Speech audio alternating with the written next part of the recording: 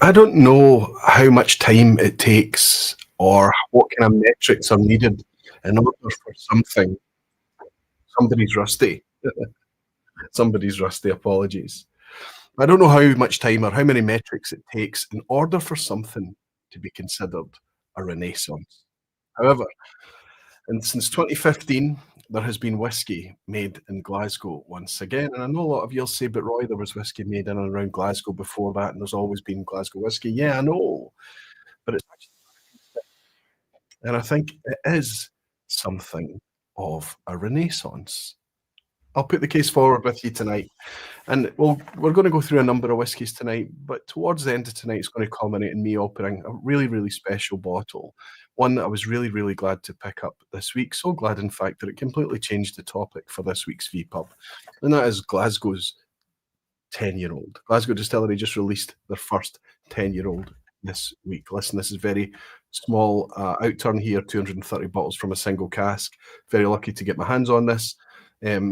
But I want to use this as the prompt to talk about the fact that in my hometown, whiskey is back. 10 years, I think, is long enough for us to consider it a renaissance. So, tonight, hope you're all going to be sitting comfortably because what we're going to do is pour some Glaswegian whisky, kick back, and celebrate the fact that Glasgow whisky is back. I'll see yous all in a second.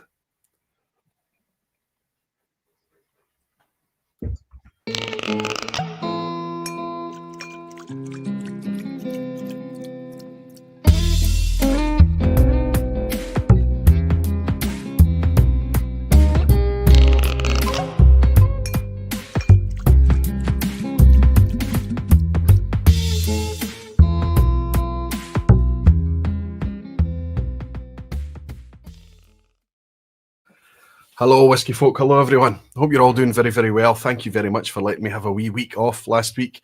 Had some Easter time off, and I took a wee trip with my son. It was really good. We had great fun. But I'm back, and I feel kind of refreshed. I will point out at the head of things tonight that I do have a wee bit of congestion or something. It's just come on in the last day or two. I feel absolutely fine. I can still smell, for the most part. I can still taste, certainly. But, if we're going to be talking about whiskey and whiskey flavours and whiskey aroma and all of those things that we like to do, I think it's probably important that I tell you that I'm not at an optimal point. Not that you would tune in for such a thing anyway.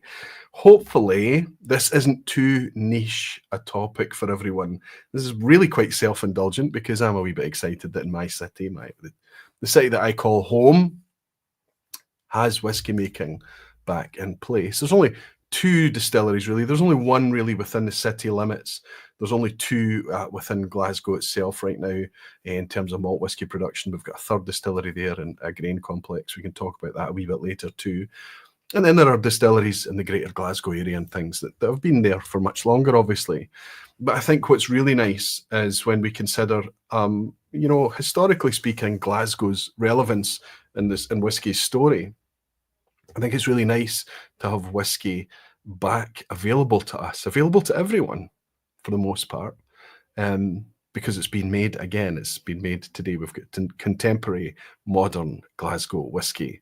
And I hope you don't mind me taking a wee vPub, a single session to celebrate the fact that that's the case. Tonight's vPub was going to be about sleeper whiskies. I did this topic about a year or so ago, and it's those whiskies, they're not ignored, they're not under the radar.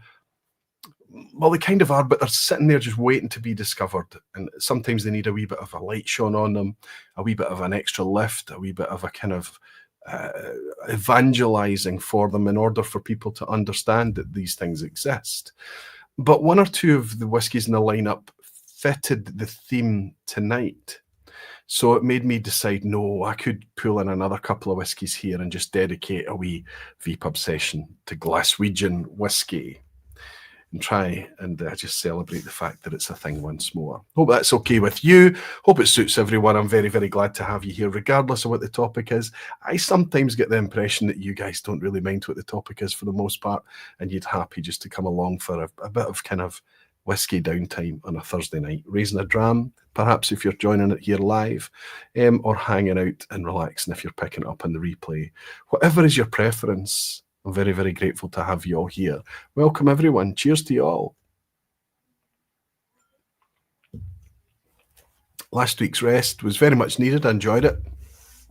Took a trip, went away to see family, had a great time. Weather treated us wonderfully well. It's been a wee bit changeable since, but it's still relatively quite bright, and I hope it's good where you are too. Before we go on with things tonight, I'm going to talk about a couple of wee bit of housekeeping things. Not much, actually. A week from today, I'll be preparing to take my annual trip across to Germany. It's Limburg this year again. I always kind of manage to squeeze in one annual trip to Germany. Maybe in the future it could be Nuremberg. Maybe it'll be back to Frankfurt again, into whiskey. But for the last 3 years now, it's been Limburg, and a week from tomorrow, we'll be heading over there once more. For those of you that are able to make Limburg, I look forward to meeting you there. And remember, if you are there and I'm around, please don't be shy. Please come up and say hello, at least for a wee handshake or whatever it may be. It's always great to see people when we're all out and about together, right? The other thing I want to mention is that on Sunday night this week, and I know it's tricky because it's Easter Sunday. I appreciate that it's a holiday weekend, but it's the last Sunday in April that I'm going to be able to get together with all my patrons and just talk about everything that's going on in the background, talk about the channel and things like that. Just have a relaxed hangout on a Sunday night. But the main reason is that everyone wants to get together and enjoy a wee sip from the Daft Mill. So for those of you that picked up a bottle of the Daft Mill release, the 2009 Aquavitae release, that went down very, very well with everyone.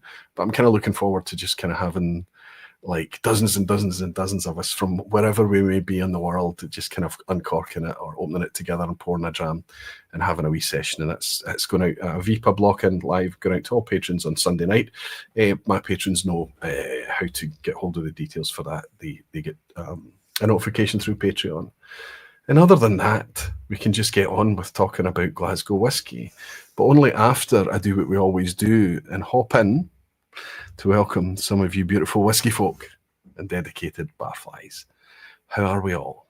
I hope you're doing well. I've missed a lot of orange already. If you're trying to get my attention, just type Aquavitae or add Aquavitae and I should be able to pick up your comments. Clydeside is here. Good to see you. Damn, now I forgot to grab my 1770 Manthania. I really should have. Oh well, an excellent Townsend Cognac Orkney will have to do. Looking forward to the session. You don't need to be on theme tonight, Clydeside. I think I'm very, very jealous actually of you. Not just a wee bit jealous that you've got that 1770 Manthania. It was a wonderful whiskey, and we're talking about it quite recently. That one of the things that made it quite wonderful is there was a kind of smoky tone to it, and it turned out that the Manthania cask had previously held peated whiskey. So there you go. I hope you're enjoying it. It's a cracker. Time for a dram. Gregor is here. Good to see you. Instant Aquavitae. Classic moment right there. Well played.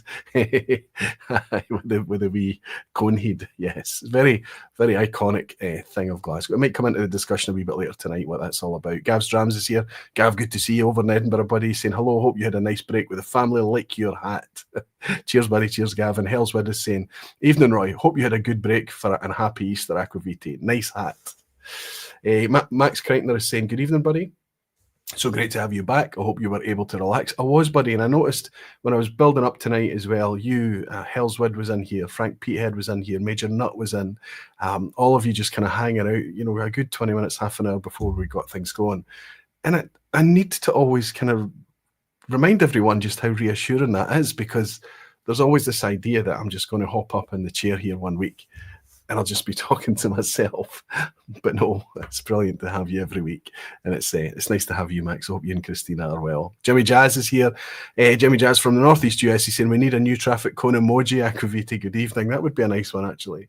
A traffic cone emoji. There's a couple of emoji in the queue, but we need to get the Dramface membership up so I can access more spaces, more slots for emoji. It might take a wee while before I get the new ones rolled out. Jean Kelly is saying, Roy, great headgear. Great to be back and share another Thursday evening with you and all the barflies. Jean, very grateful to have you, buddy. Hope you're keeping well. Arnie, Doodle the Dram, who's in Glasgow, German, living just south of the Clyde.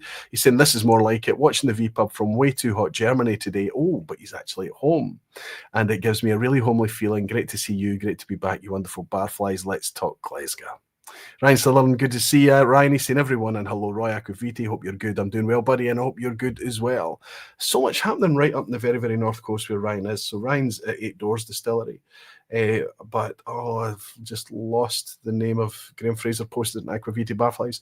Brand new distillery I'd never even heard of, having its stills installed this very week, which joins all the other distilleries that are up there, like Wolfburn, North Point.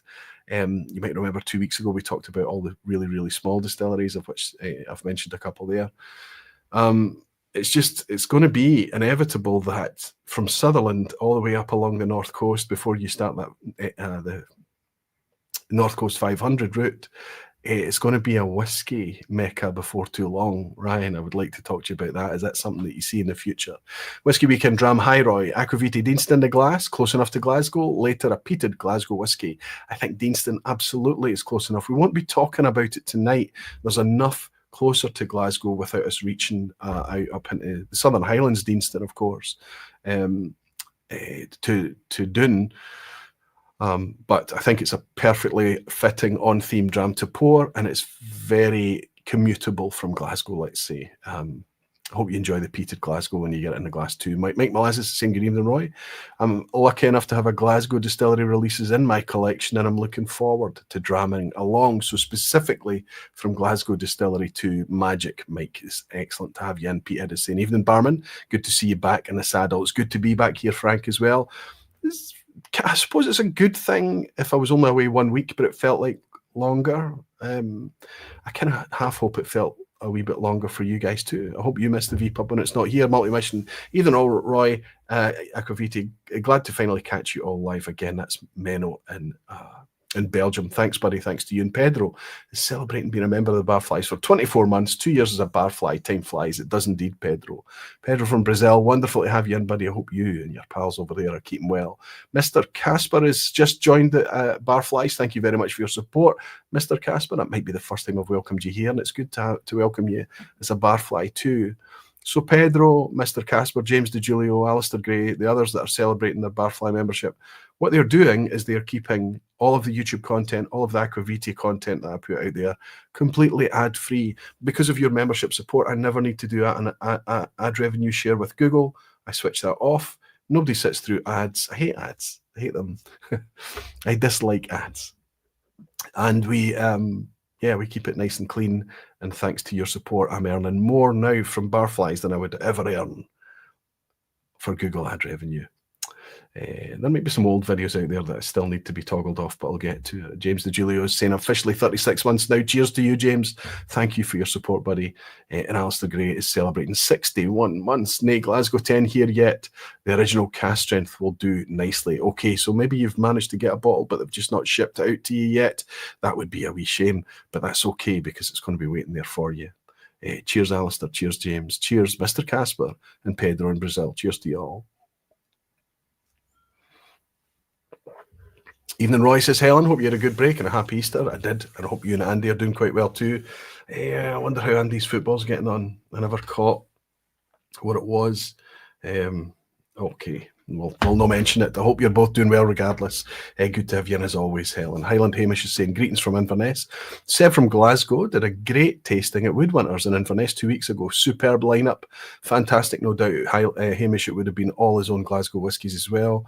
And we talked about that this week. I was speaking to Seb and the team out there, and it's nice when you have that personality, that kind of personal connection with the distillery. And these guys are traveling. They're going all over Europe. They're traveling all over the place to promote and talk Glasgow whiskey. And it's really nice to have that grounding and hear so much more from the brand from people who love whiskey. DVDW. Oh, I've forgotten your name, haven't I? I want to say Dan, but I'm probably going to get it wrong. You caught us, Roy. We just enjoy hanging out here. So if I wasn't going to be here, you'd have been hanging out anyway. And maybe I should do that 1 week, just leave the chat open and close it off again around about midnight or something like that, see what happens. Gene Kelly's saying, yes, the gathering of whiskey kinship is a wonderful thing. I agree with you, buddy. My pal Gino Camo is in. Good to see Gino in Canada. He's saying, evening, Roy. Hope you had a great time with family on your week off. Indeed, I did. Scott Allen is here too. Gregor is saying Glaswegian Whisky, just as its people, it's likely to be a little rough around the edges. It's likely to slap you around the chops as it is to slap you in the back. Glasgow, and out like it. Well, it's going to be interesting to talk about that. Yeah, I think that Glasgow's definitely got a reputation. And I never know if it's the culture, if it's the attitude of the people, if it's the humour, if it's the accent, whatever it is about Glasgow that has that kind of rough and ready but warm and friendly type vibe about it. And whether or not that bleeds into the whiskey, because I think right now we've got two very, very different styles of whiskey from the city. But it's not a kind of solid position for me. It's kind of always changing. One of them's been putting whiskey out there since 2017. That's Clydeside, of course. And the other one's been putting whiskey out there for 10 years now, since 2015. But there's been whiskey here for a lot longer than that. Aquaviti saying, yep, we'll say hello. So Petehead talking about Limburg, perhaps. Is that what you're mentioning? Alistair McPherson, good evening, morning, afternoon, everyone. Expat Glaswegian here. Absolutely, Alistair, you are. And I think you love coming home as well, don't you, buddy? And Ryan is saying, I'm guessing Limburg is a must. Would love to make it as a punter. I have to say, buddy, go as a kind of busman's holiday. Goes if you get to go through work or whatever, absolutely go. But I think the magic of Limburg is just to relax and enjoy it as a spectacle. It can be very, very busy on the Saturday. If it's hot and sticky outside as well, it can be tricky. But there's bleachers upstairs. You can take a wee rest and things like that. Absolutely just jumped all the way down. What have I missed? Finally done, celebrating being a member for 16 months. Evening, everyone. Did all the drams saying not even a year in and feeling the utter bliss. Thank you, Arnie.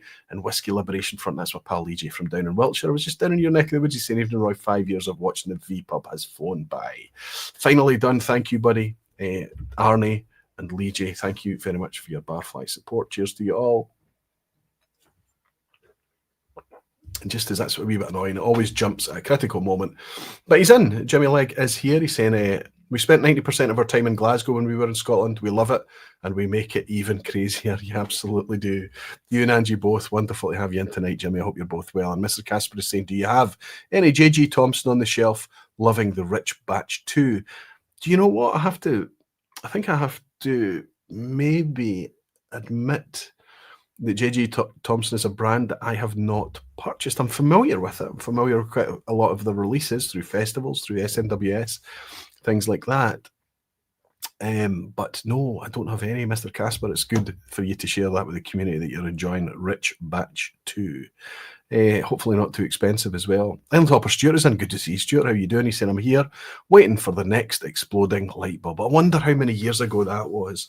Stuart's talking about, I was just sitting here gassing away, banging my gums like I often do, and one of the LED lights in the background just decided to go pop live on air. Give me the fright of my life. It happens when you do things live.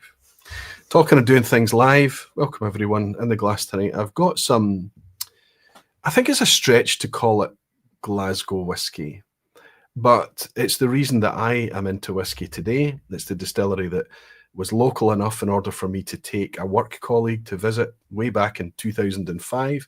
My goodness, that's 20 years ago now.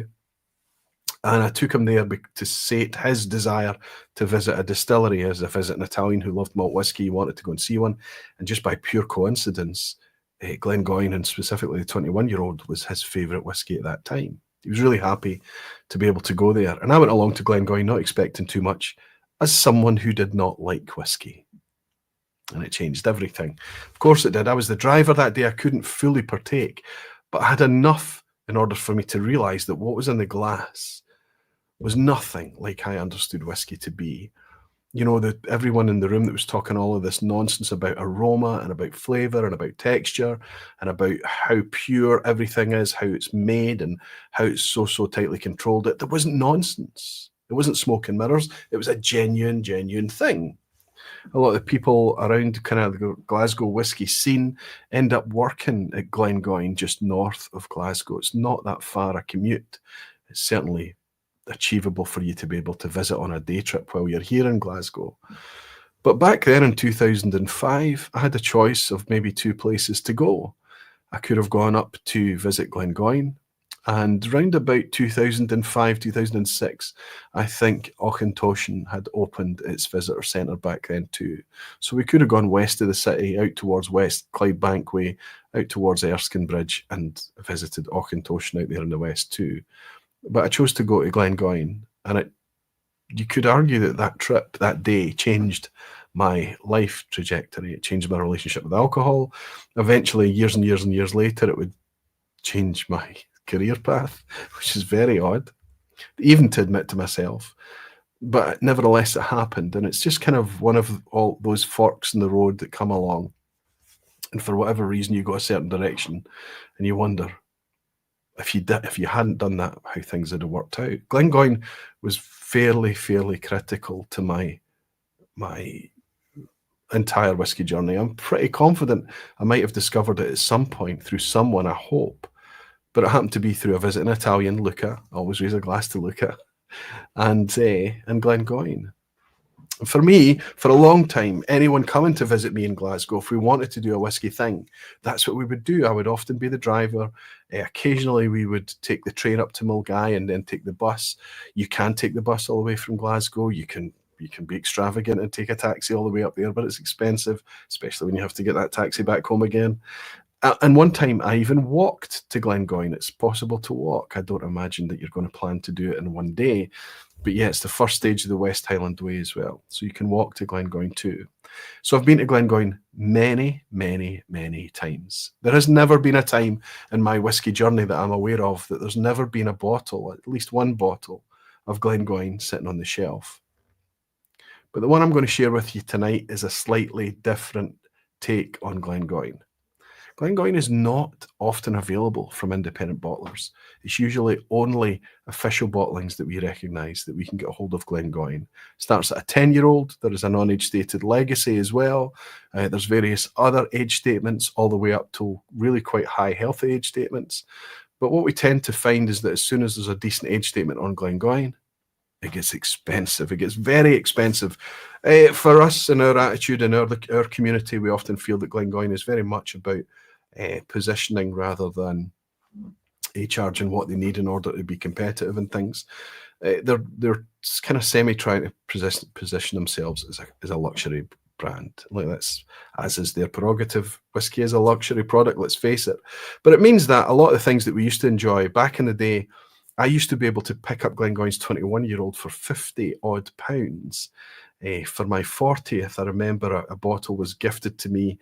I'm telling tales here, but out of school here, giving away my age. But that was in 2010. I turned 40, and in 2010 it was £64.99. I remember I had the bottle on hand for a long time with the £64.99 on the label. If we were to try and buy the 21-year-old today, I think it's north of 200. So it's become quite expensive. The 18-year-old disappeared for a while, came back. Just got a bit more expensive. The 15-year-old disappeared for a while and came back, obviously more expensive. But that said, occasionally there are decent value Glengoynes out there, and that's the one that I want to share with you tonight. It's been on the vPub before, but I'm going to start talking about Glasgow whisky out at Glengoyne. We're going to come in, we're going to talk, first of all, we're going to talk about a wee bit about Auchentoshan. In fact, after I read out this dram that's come in from Peter Lee, what I'll do is I'll give you a heads up of the bottles that I'm going to go through tonight. That way, if you decide that you want to stay in and talk through all the bottles, you can. Or if you want to come back in when I'm talking about the ones that interest you, you can come back in a bit later. Or if you're picking it up on the replay, you probably find that you can hop or scroll ahead. How about we do that? But Peter Lee's bought me a dram to say. Great to have you back, Roy. Seb and Libby are doing a great job at Glasgow Distillery, 10-year-old. David Barnes and James McGoran, Andrew, Denise and I are going to the tour at Glasgow Distillery, thanks to Seb. Listen, just to mention quickly, you're spot on, Peter. They absolutely are doing a great job out there. Love the team out there. I managed to meet Mike Hayward for the first time this week as well. Just a brief passing discussion. It was fantastic to get to see one of the main drivers behind it all. But I think despite the fact that they don't have an official visitor centre, you can't just turn up at Glasgow and take a tour like so many distilleries around Scotland. You have to arrange something prior or take up an invitation or something like that. But the fact that they don't have an official visitor centre, yet they've managed to make so many personal connections over the last couple of years is testament to the hard work and drive of the team out there. And I think it's nice of you to drop in. Buy me a dram, Peter, and recognise that. Cheers, buddy. Hope you're well. Hope Denise is well too. I think you know which Glengoyne I'm going to hold up and share with you all. And I think I'm going to be able to demonstrate to you how much I'm enjoying it, because you can see it's half gone already. This was not too expensive. This was in the neighbourhood of £50. So this is affordable Glengoyne, and you'll see from the colour that it's not a typical Glengoyne colour. This is because this is Glengoyne's white oak release. Now, I need to point out a couple of things about this. Unchill filtered, and it says so on the label. We love that. We absolutely love it. And down here, it tells us that it's 48% ABV as well. That helps with that non-chill filtration thing, of course. But it also helps so much of the integrity of the whiskey. It keeps so much flavour, keeps so much engagement, keeps so much grip, keeps everything much more interesting. But what strikes me tonight as I sip this as we were setting up, and I'm sipping it now, is that it's got this lovely, silky, rich texture. A silky, rich texture that we can struggle to discover in Glengoyne, regardless of the cask that it comes from, in lower ABVs. The majority of Glengoyne that we enjoy today, I don't think the majority of Glengoyne is filled into sherry cask, but what they sell is the single malt. The majority we recognise certainly leaning towards sherry cask, and it's often a fully matured sherry, certainly in the older age statements. It tends to be really, really good stuff when it's done well. The teapot dram was a favourite of mine for years, again, something that got quite expensive. But it's just wonderful. Southern Highland, elegant is often the word you'll hear me talking about Glengoyne with to describe it as elegant whiskey. This is a wee bit different. This is much more about the malt. This has got a real kind of honey tone to it. Lots of honey tones. There's a slight bitterness in there. There's even a tiny edge of salt, believe it or not, in the finish. But it's all about the malt. It's all about the kind of biscuity aspect of things. The cask here hasn't run riot. It's been really quite delicate. There's enough cask influence in here to balance things. This is a good, easy drinking, well-rounded whiskey. Plenty balance here. But I think this is the nicest Glengoyne at an affordable price that I've got on my shelf right now. And there's not a sherry cask in sight. Gorgeous colour, pale gold, my favourite colour of whiskey. If you've been around here for long enough, you'll know I love whiskey from all across the spectrum. I love all of it. But I tend to reach for light pale whiskies. I look for balance. I love ex-bourbon. I love refill casks. And we can talk a wee bit more about that tonight as it goes on, because it will come into things. And I enjoy this wee whiskey from Glengoyne, and it's the one I would recommend to you. If you want to put a Glengoyne on your shelf, put one on your shelf that's natural. ABV at 48% helps a lot. This tells us it's unchill filtered, and because it's Glengoyne, they should put it on the bottle. They really should, but we also know that it's natural colour. Cheers. A wee dram in for my pal Jeff Whisky, who was holding fort. Hey, I didn't ask him to.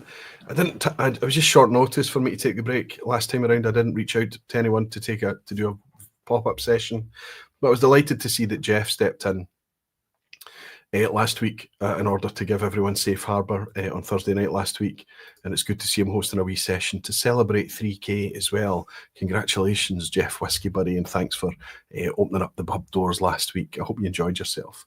Cheers to the great Glasgow. Jeff's been up here a couple of times, and it's always a pleasure to have him. Cheers, buddy.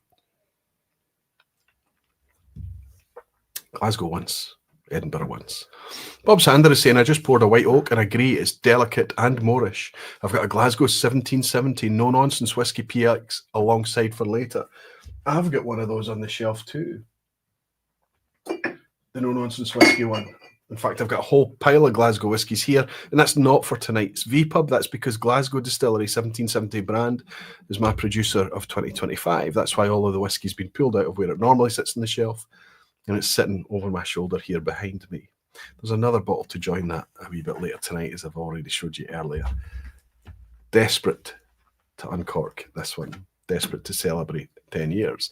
David On is saying, I'm certainly enjoying my bottle of the white oak. Good. This is great feedback. This is the brilliant thing about our community in general, whether it's here in the vPub or whether you're over at Jeff Whisky, wherever you are, get active in the comments and just express your opinions, whether you agree or not.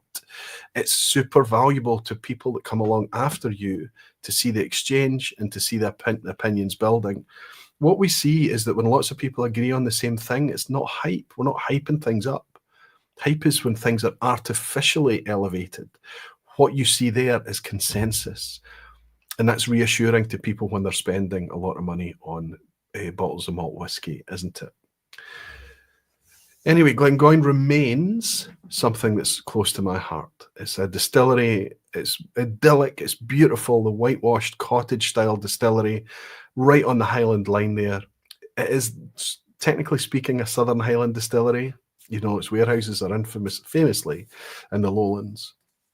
But it feels to me, and I hope that I'm not offending anyone by saying this, like kind of the original local Glasgow distillery. But I think I need to move on to the other, obviously, semi-local Glasgow distillery that was always available for us to go and visit and talk about maybe a reason that I visit it less and I have less of their liquid on the shelves too. Despite the fact I have one or two independent bottlings from this distillery, I have very few, and I have even less official bottlings on the shelf. You know what I'm going to start talking about. But I think it counts as being a Glasgow distillery. And once more, I hope I'm not offending anyone by suggesting that it's the case. Certainly easily within reach of the city of Glasgow if you wanted a day visit or whatever, and you could quite easily do it by public transport there and back in the same day. I'm, of course, talking about Auchentoshan, the distillery out there, corner of the field, Scots Gaelic for corner of the field, apparently. I'm told Auchentoshan means in Scots Gaelic. We just know it as Auche, and it's one of those distilleries that is super, super frustrating. It's almost heartbreaking, right? Because we do the tour, and often they'll do tours, and you'll occasionally be able to try the whiskey that they make directly from the cask and things like that. You get these cask samples. You can even try their new make and being triple distilled. It's way up there at close to 80% ABV. Crazy stuff, fun stuff, excellent. But what's put in the official bottlings, what makes it from the cask once the whiskey's matured into the bottles, it bears no resemblance. I struggle to use the word abuse, but I feel like it is one of these whiskies that's crowbarred and engineered within an inch of its life to a price point, rather than just let the whiskey be, let it shine. Charge a bit more if you have to, but stop the 40%, stop the brutal chill filtration, but more than anything, stop the overuse of caramel colouring in your official releases, please. And I could say that to other Beam Suntory distilleries too, not all of them, I have to say. However, that's always been my perpetual or perennial, or it's been my frustration with Auchentoshan up until this moment in time. There are one or two that pass. There are one or two that are actually worthy and are quite a nice, engaging wee bottle. If you're going to have, you know, a completist collection and you want something on the shelf from Auchentoshan, there's been a couple out there. The Bartender's Malt is one to look out for in the past that higher ABV always helped at, despite the fact it was non-age statement. This one is, as well, is an oddball. This is the Sauvignon Blanc finish from Auchentoshan, but the reason I went for this one is chatter, people talking about it, and the fact that it was at 47% ABV. It made me feel like maybe there's a good chance that this is non-chill filtered, but it doesn't say that on the label anywhere, and in fact, I believe this to be absolutely chill filtered. And in fact, on the box for this whiskey, they talk heavily about how you should freeze it and drink it frozen, or drink it extremely chilled over ice. I want to stand up for this whiskey and say, no, this is a really quite unique, tasty take on Auchentoshan, just sipped the way that we would enjoy it. Listen, no judgment if you want to pour your whiskey over ice and you enjoy it that way, especially when the weather's nicer and things. I think it's a lovely way to enjoy whiskey as a drink, absolutely, but you're not going to be able to sit and appreciate its full aroma and flavour like you can if you pour it neat at room temperature, that type of thing. This gets a pass, the Sauvignon Blanc finish. For me, it makes it a decent whiskey. It makes it a good whiskey, better than average whiskey, let's say. But it's just that frustration that we still have to go to independent bottlers in order for Auchentoshan to shine. So before we get into Glasgow City, I'm going to hold up a bottle of Auchentoshan that I paid a wee bit more than I should have for. You type in Auchentoshan, like I did very recently, and you go out there and you say, right, what Auchentoshan is available from Indies? You're not always going to be able to get it. Douglas Lang, the Provenance collections and things, they've had Auchentoshans in the past. You can and you do find them. They're not rare, but they're not always guaranteed to be available when you're looking for them. So I've got an independent bottling here, and I'm going to crack this open and share it with you tonight in the hope that there is some modicum of anchoring back to what the whiskey is that they actually make at the distillery.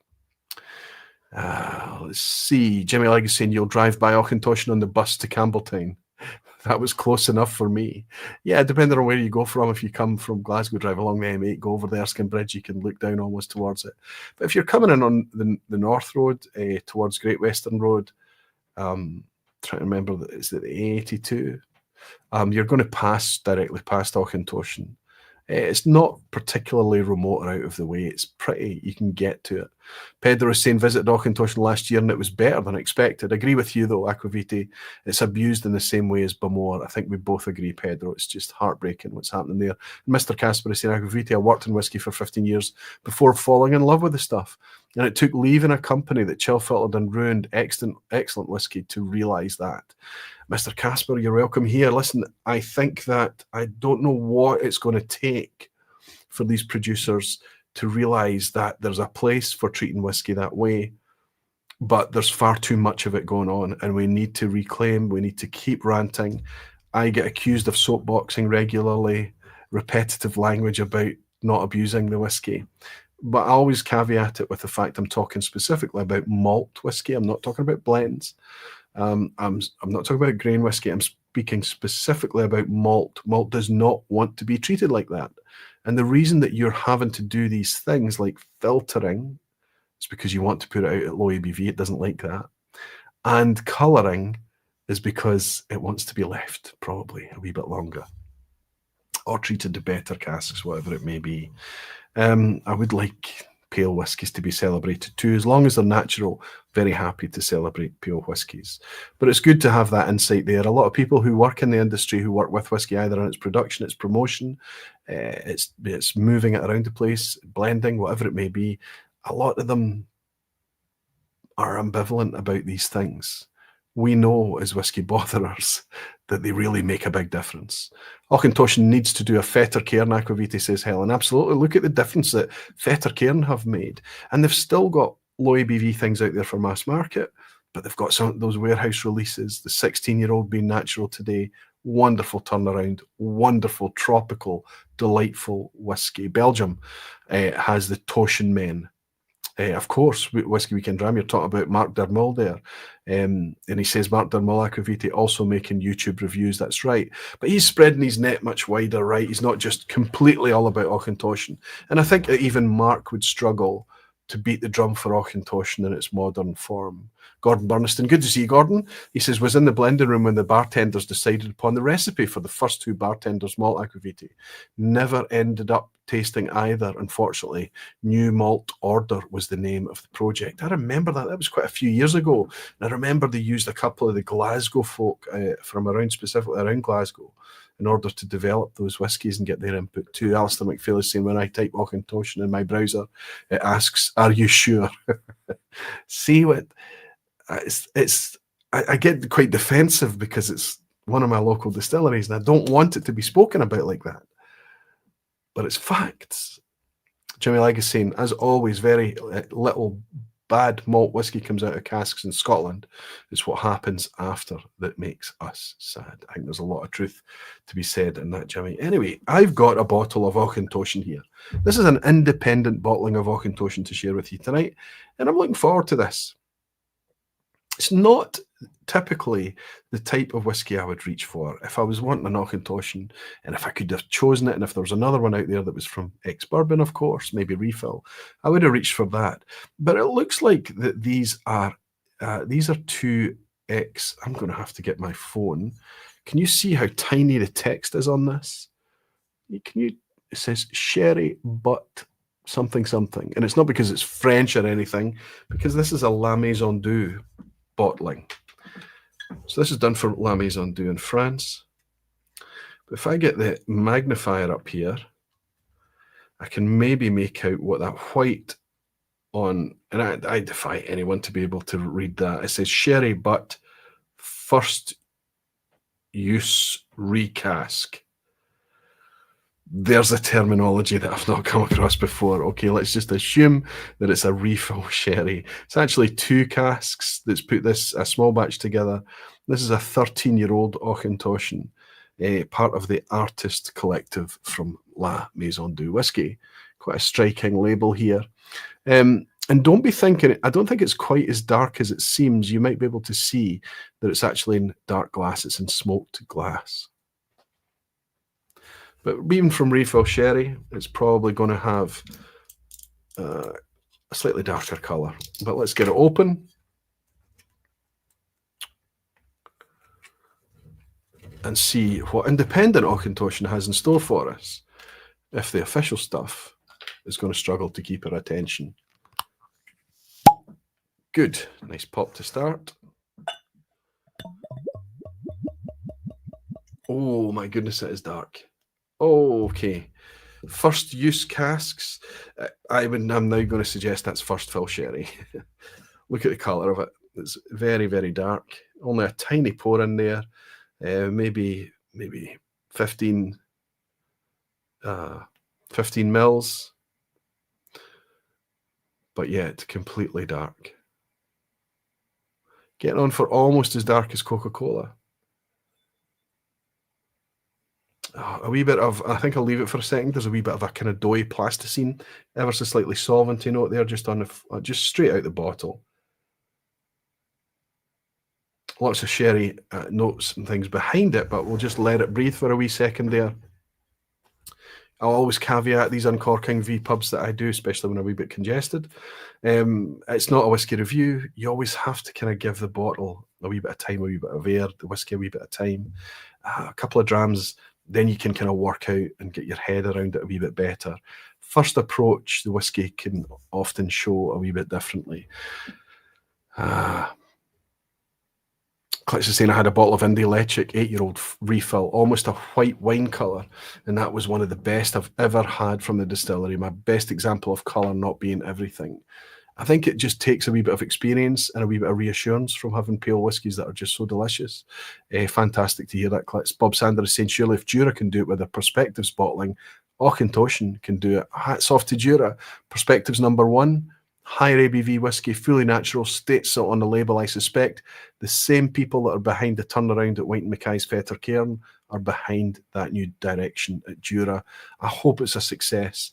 Listen, if you've always given Jura a hard time, if you've suggested that Jura make terrible whiskey, it's not true. The whiskey that makes it from the cask into the bottle is sometimes handled in a clumsy way or a very specific to market type way, let's say. That Perspectives #1 from Jura is worth your attention. Believe me, it's sweet. It is a sweet whiskey. You have to enjoy sweeter whiskies. But my goodness, what a step up it is. Falsgraf Klaus, good to see, buddy, saying that looks like quite a wet cask aquavite. Bet half of this is actually sherry. Oh, maybe a wee bit of cynicism. Is that maybe because of La Maison Deux? Or is that because of Auchentoshan? Nick Gascoigne is saying aquavite distilleries such as Jura and Bamore encourage me to chase independent bottlers so I can understand what they can be. We all discover that that's the truth, don't we, buddy? Nice to have you in, Nick. And Neil Cochrane is saying, hope it's not cask killed. Good to see you as well, Neil. I hope you're doing well, buddy. I hope it is the case, but it's 13 years old.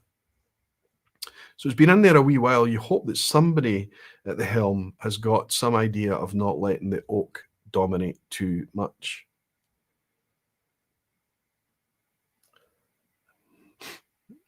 I'm still getting a wee bit of the kind of primary school Play-Doh, plasticine, some kind of it's very light solvent.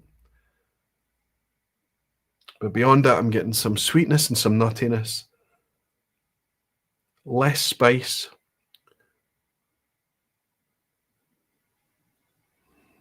Let's coat the glass a wee bit, see if we can wake this up. Might even grab a water dropper and get a wee bit splash of water in this as well. I should let you know the ABV on this actually. 48% ABV, so it has been reduced already. 13 years old, we're going to suggest that's not cask strength. It's a designed bottling strength.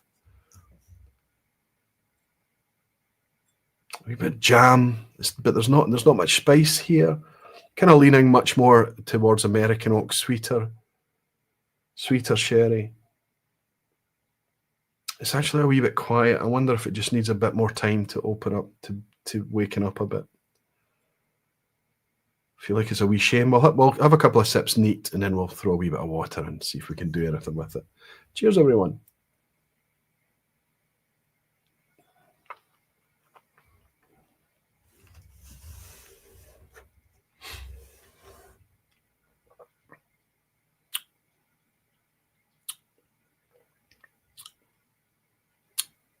That's a shame.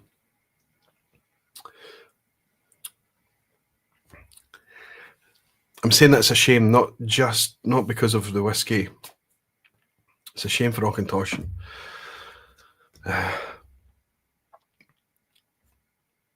It's a shame for me. I spent over £100 on this. There wasn't a lot of choice of independent Auchentoshan when I was out there. There was a couple of things that I could have gone with that I'm kind of reflecting now, and this is what I think this is why we get together and we do this thing.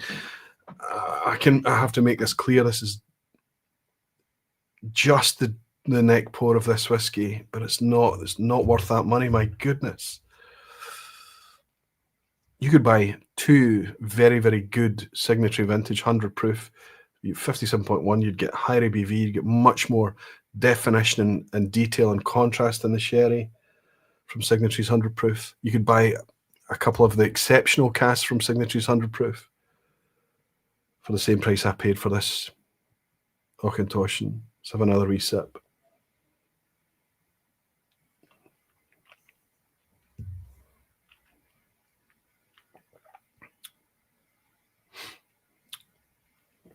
Look, it's not terrible, it's not bad whiskey. It might come around a little bit with a wee bit of patience and time, but this is already down at 48%, so I'm already thinking that I don't know how much a wee bit of water is going to help it at all. But I've got a tiny water dropper here, a wee drop left in the glass. I'm just going to put a wee bit of water in, try and wake things up a bit. 13 years, you know, you're wanting 10 or 15 minutes of it sitting in the glass in order to breathe a wee bit. It's just been opened. I'm not being fair to it, but immediately I'm thinking, oh, you know, it's I think it would be a good whiskey for somebody who likes things a little softer, a little smoother, a little flatter, a little easier. But the delivery is very linear. It's very flat. I'm struggling to even get much in the way of tasting notes or nosing notes to share with you.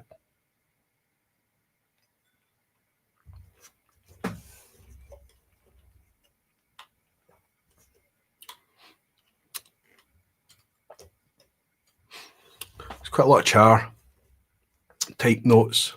Now this is going to be from more likely a toasted cask. But there's kind of really quite dark berries and things. There's a little bit of kind of overly caramelized toffee, overly caramelized sugar. Yeah, it's really quite a flat whiskey, I have to say. It's just, could be me. If this is me tonight, and if I have a sip of this in the weeks or days ahead, and it's much better, I'll come back and I'll hold it up again to you in a future vPub and I'll say, no, it got better or whatever. And we'll see how the rest of the whiskies that I taste tonight are going to be. But that's I'm a wee bit disappointed, because when you see something that's presented like that, you feel like you're picking up something exclusive. artist collective. It's from La Maison du Whisky in France. A big name. I'm not familiar with it, but of course I'm familiar with the brand and the work that they do distributing throughout France. But that's a whiskey it's just smooth. I think it just feels like it might just be a lazy, poor effort. And it's been a long time since I've had one of those.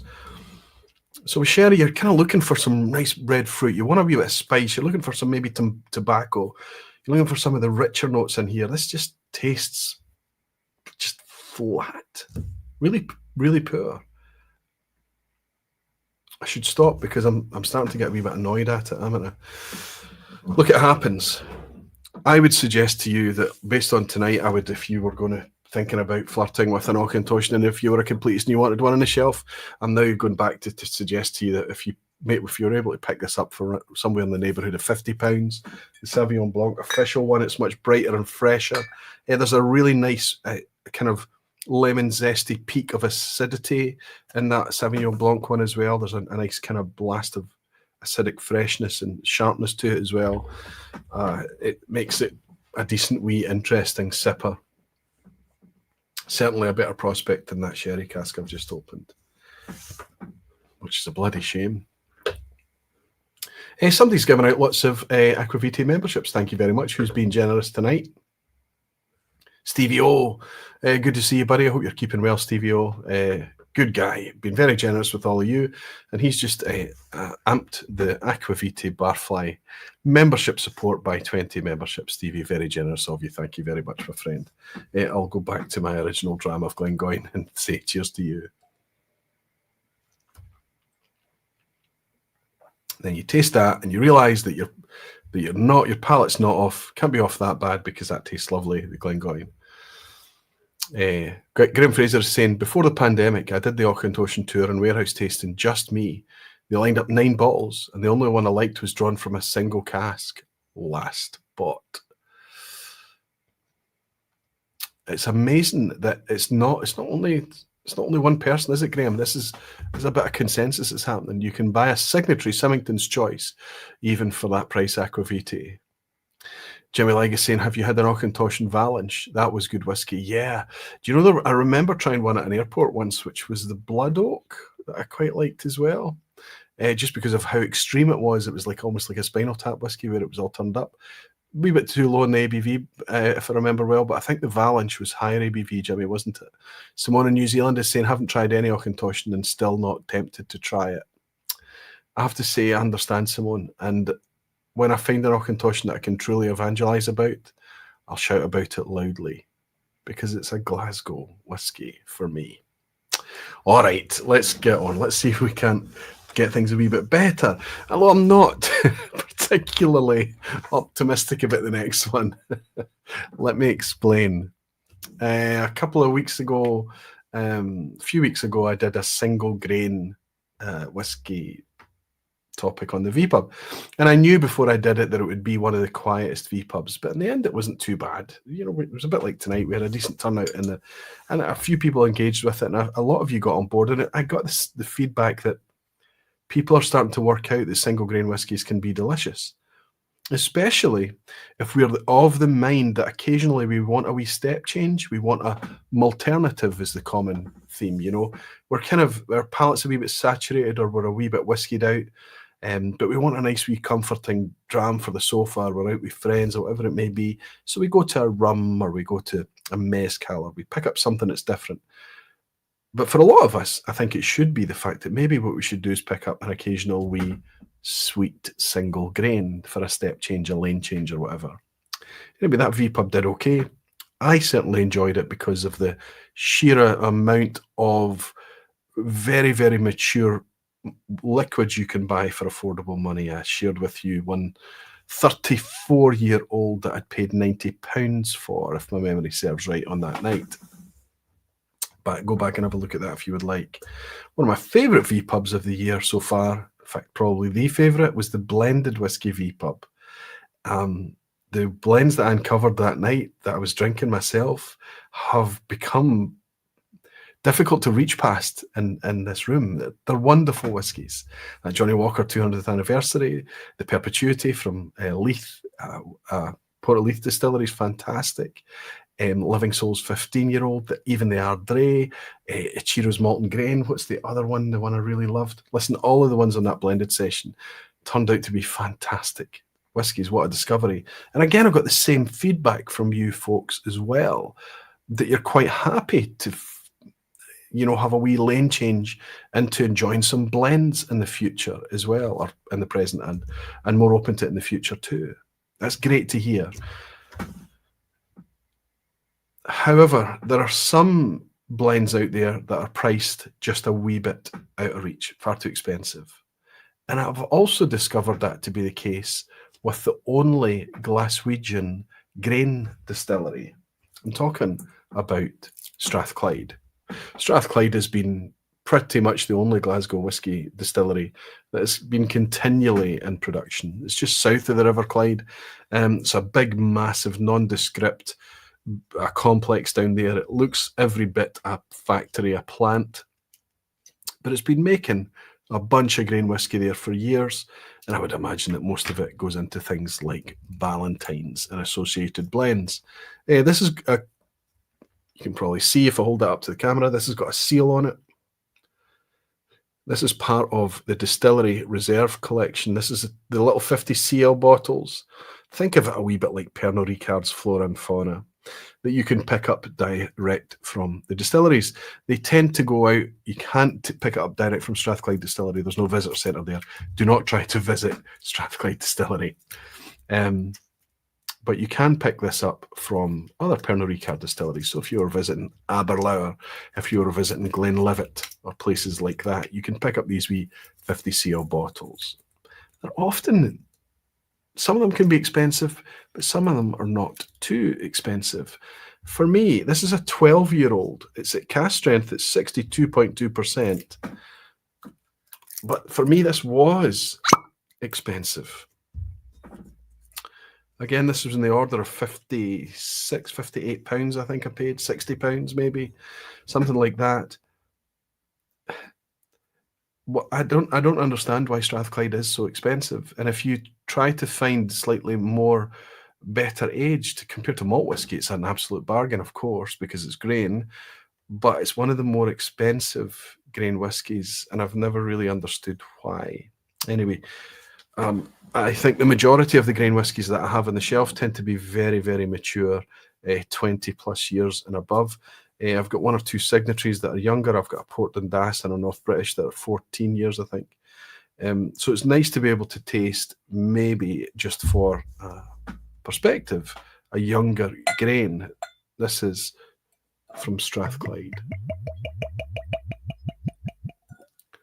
It's quite a step change. This was 9th of January 2006, and this was bottled in August 2018. It's a small batch of 3 casks. I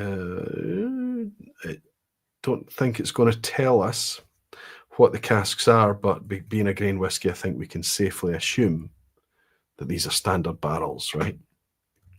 So these will be American oak, 200 litre bourbon barrels, I would imagine.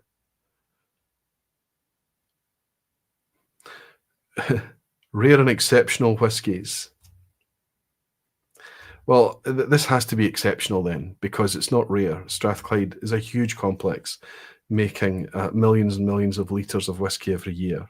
It's nice that they tell us that it's non-chill filtered, but this is from a column still. It's not malt whiskey, so that type of thing doesn't affect it as much as if it was malt whiskey.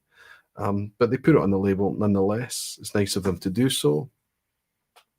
And it's just legal requirements on the back label, no more information. Not very much on there at all. Let's have a wee nose. Right, so immediately, okay, it's grain whiskey, it's 12 years old, but immediately there's lots just pop out the glass, which makes me realise just how poor an effort that wee La Maison Deux was to be so flat and quiet. Let's roll this around the glass a wee bit more, but I get lots and lots of fresh, sweet, fudge tablet with a wee bit of kind of citrus zest. That was just that first blast. It's lighter. It's not dark sugar. This is light sugar. A wee bit of cotton candy, a wee bit of spun sugar. Certainly we're on the lemon edge of things. This is limoncello, lemon cake, lemon Madeira sponge. Those type of notes. Icing sugar. You know where I'm going. I'm just kind of spitballing here, but you can imagine exactly what I'm getting out of the glass here. But this is alive. It's quite a vibrant thing. So imagine, you know, light sugar and lemon.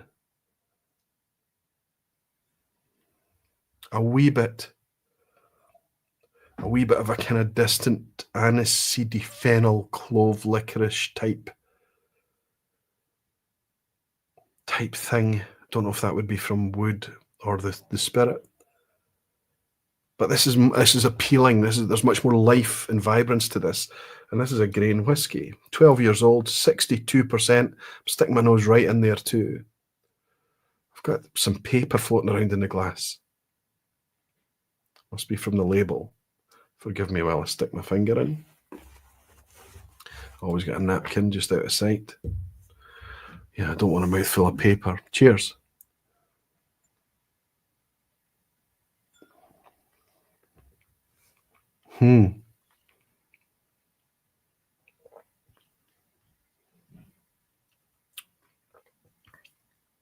Okay.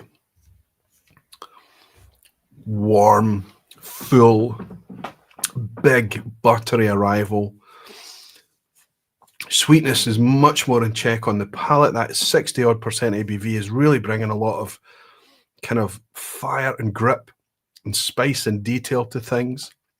So we've now got, alongside the kind of light sugary notes, we've got a bit of white pepper in the mix too. Fantastic. But the big thing here was on the arrival was that big hit of a kind of big, full, almost gloopy, syrupy, full, unctuous arrival. Not something you would typically associate with a grain whiskey. Let's try that again.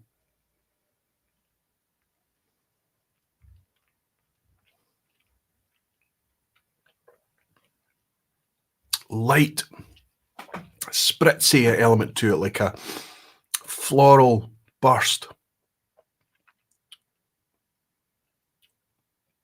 Again, that kind of bitterness there, that kind of, it's going a bit more clove than licorice. It's star anise, that kind of spice. Completely different realm, a completely different. And I don't know, I have to say, that, look, there's a lot of sweetness here, a lot of fudge and tablet, but I wonder if I was poured this blind, would I be anywhere near suggesting that it's grain? Maybe I would.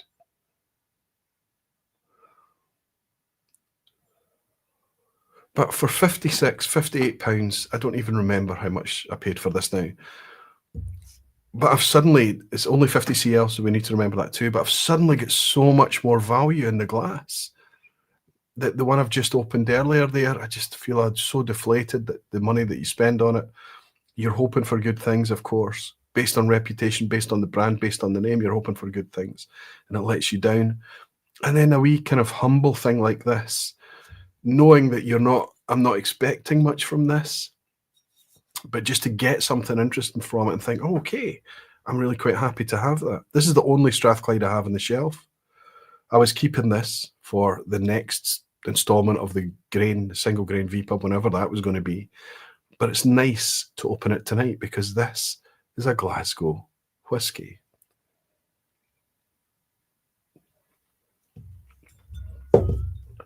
Now, this is right on the River Clyde, literally. You would think that being right on the River Clyde, they would use the water source. The River Clyde is its water source. I don't know. But I can tell you that they bring their water from Loch Katrine in the Trossachs, which is just north of Glasgow. What that actually means, what difference that makes, I'm not sure. But they've been making whiskey there forever. Grain whisky tends to be the backbone of most of the blends that we all recognise out there. And this is where Pernod Ricard get most of their stuff from. It's really quite drying on the finish. Drying whiskies can sometimes be a wee bit moreish. For me, it's just a wee bit on the interesting side of things. That clove thing is enduring on the finish. It's a wee bit like dental tincture, if you've ever clove oil, if you've ever had the misfortune of toothache in your life, you'll know what that tastes like.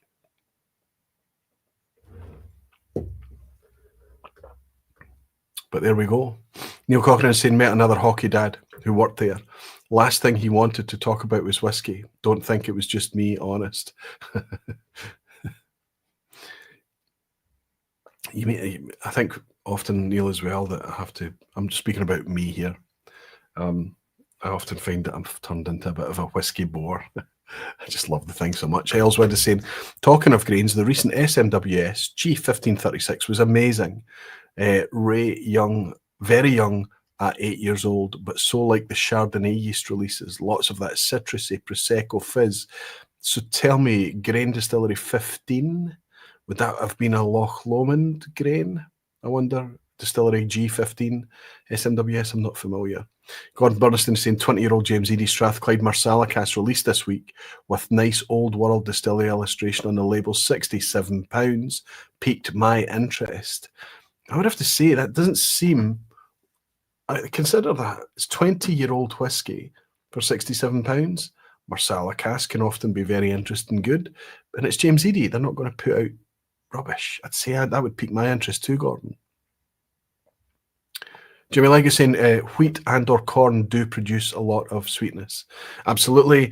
It's one of the things that you find in grain whiskies and single grain whiskies. Whether or not you've got any awareness whether they're corn or wheat, when we talk about Scotch whisky, it's almost guaranteed to be guaranteed to be wheat. But yeah, sweetness is one of the things that you look for. That for me, it's often a little bit like tablet Scottish candy. I don't know how to describe tablet. It's like a kind of more brittle, gritty fudge. And it's fantastic, but it's very bad for you. And that's what kind of a lot of grain whiskies remind me of, absolutely. Ryan Sutherland is saying, aggravated, I find Strathclyde very much under the radar in terms of grain. It certainly stands up from its peers, similar to North British, where I think it just has something else to it. Hey, Gorbals, big heart shaped. Yes, it's in the Gorbals. It's absolutely there. It's not far away from where the original Adelphi distillery would have been located. I have to say I'm quite impressed by this. I love the kind of floral, the spritz, the kind of high note thing. But I think the big thing for me here is less to do with the kind of slightly odd, slightly bitter finish, the clove thing. It's the big textured arrival.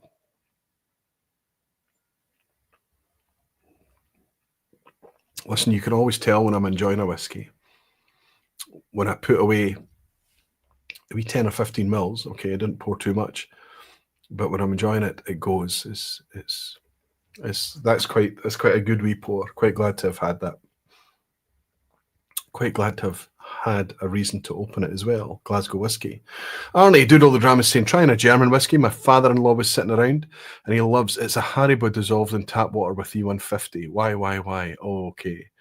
Like visiting a horrible Scotland theme park. Oh, that's a shame. That is a wee shame. Arnie, you just need to bring the good stuff. You need to not beat him over the head with it. You need to speak softly.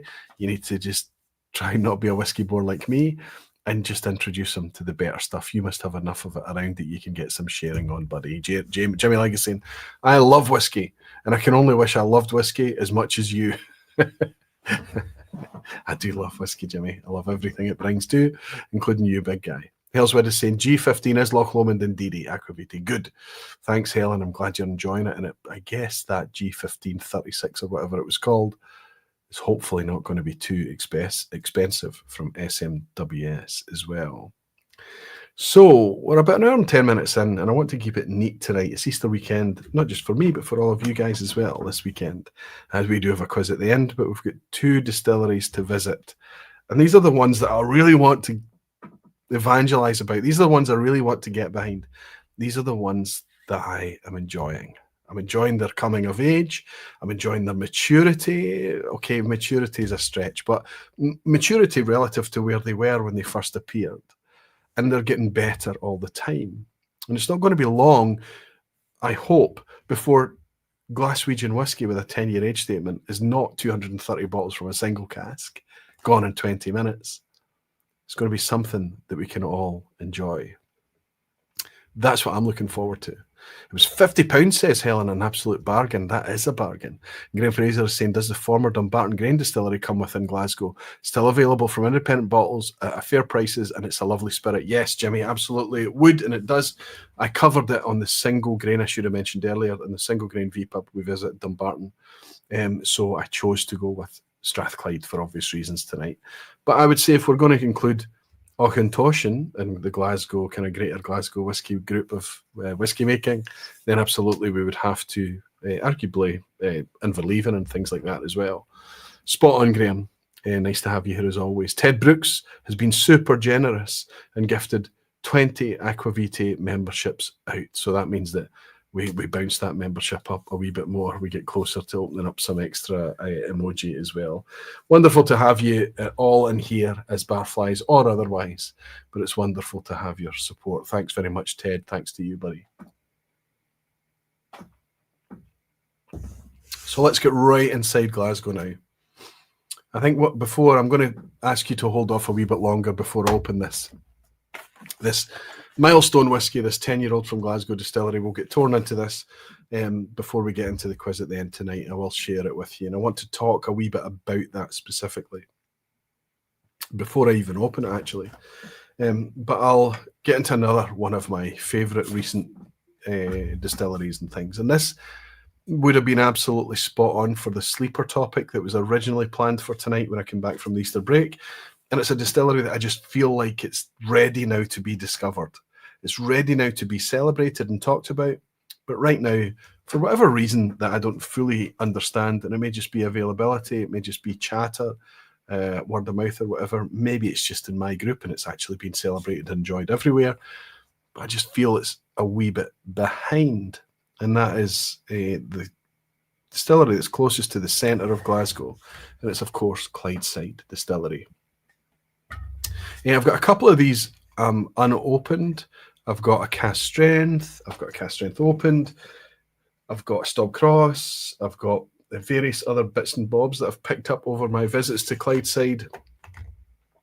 But I've got a couple that need to be opened. And the one I've chosen to open tonight is actually one that was gifted to me by a barfly. And I put the other one that was in the offing was a Rechar bourbon, which was very good. I managed to try that at the distillery, and upon trying it, I bought a bottle of it. It was one of the distillery exclusives.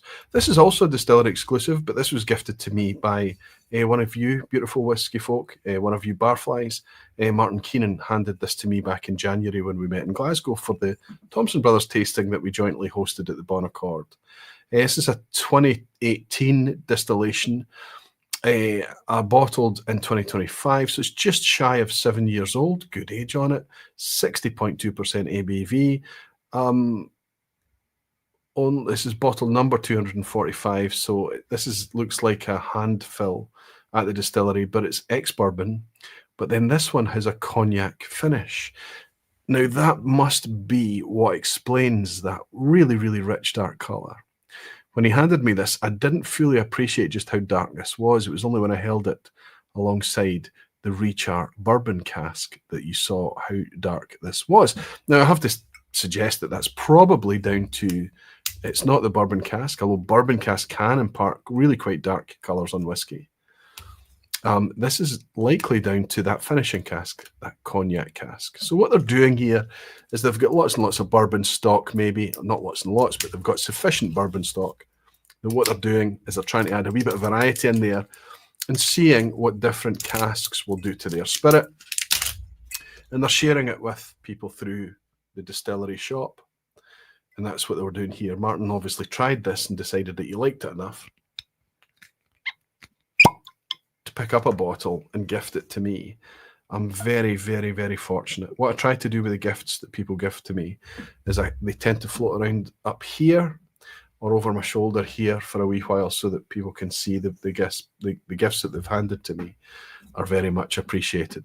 And I'll try as much as I can to find topics and things to include them in vPubs in the future. I might not get round to them straight away. This is quite quick for me to get round to this one. January to April's not bad, but often I'll have things on the shelf for months and longer, right? Years even, before I get a chance to get around to opening them. But this is really quite a dark liquid in the glass too. Not as dark as that Auchentoshan. I would have to say this is quite a dark, let's go with a dark copper. There's kind of like slightly kind of magenta highlights going on in here. It's not quite port or wine cask, but there's a little bit of kind of red to this. Let's put our nose over it and see what we're doing. 60.2% ABV, cask strength. Oh, another step change. So I've got a couple of cognacs on hand right now, right, that I'm enjoying. And again, much the same way I was talking about alternatives and things, the cognacs are there is in order to kind of give me an idea what cognacs are all about.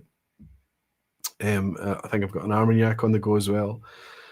And it's really got me tuned into a very specific, slightly green note. And it's almost like a tomato vine note. It's very kind of wine-like. It's very, every time I smell it, it's green. And I wasn't conscious of that when I put my nose in this, but it's here. So I think what we have here is not just a cognac cask finish, but I think we have quite an active cognac cask finish. Cognac cask can either be European or American oak.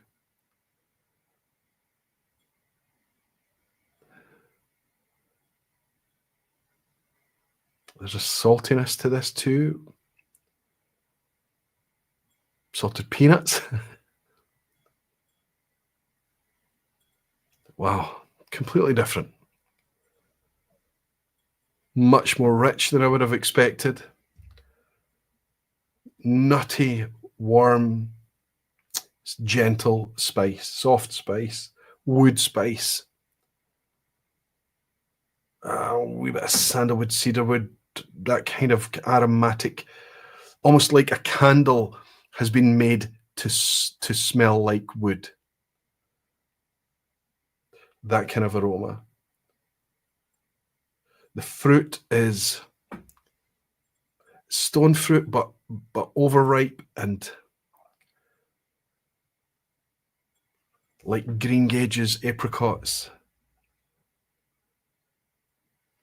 This is a great nose, a fantastic nose. It's already worth its weight just to be able to nose this. It's incredible.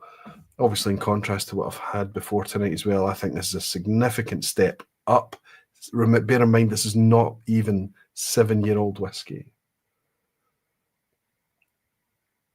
Cask strength, fully natural. I have to go in for a sip. Mouth watering. Cheers, everyone. And cheers to Glasgow Whisky.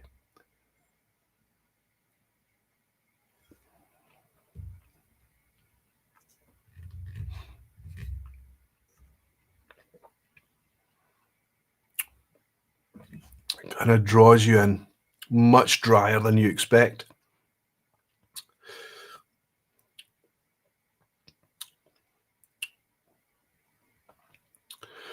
So all the big, sweet, ripe, round prospect that came on the nose, that doesn't translate. This is a drier thing. This actually reacts on the palate a little bit like cognac. It really does. Green gages, definitely. Does everyone know what green gages are? I don't know. It's not a common fruit, but they're quite distinctive. Stone fruit, green, often very fresh, very, very ripe. But when they ripen, they get very sweet. Kind of almost like gooseberry-like. So there's not much in the way of the kind of citrus that you would normally look for. No, there's stone fruit, apricot, a wee bit.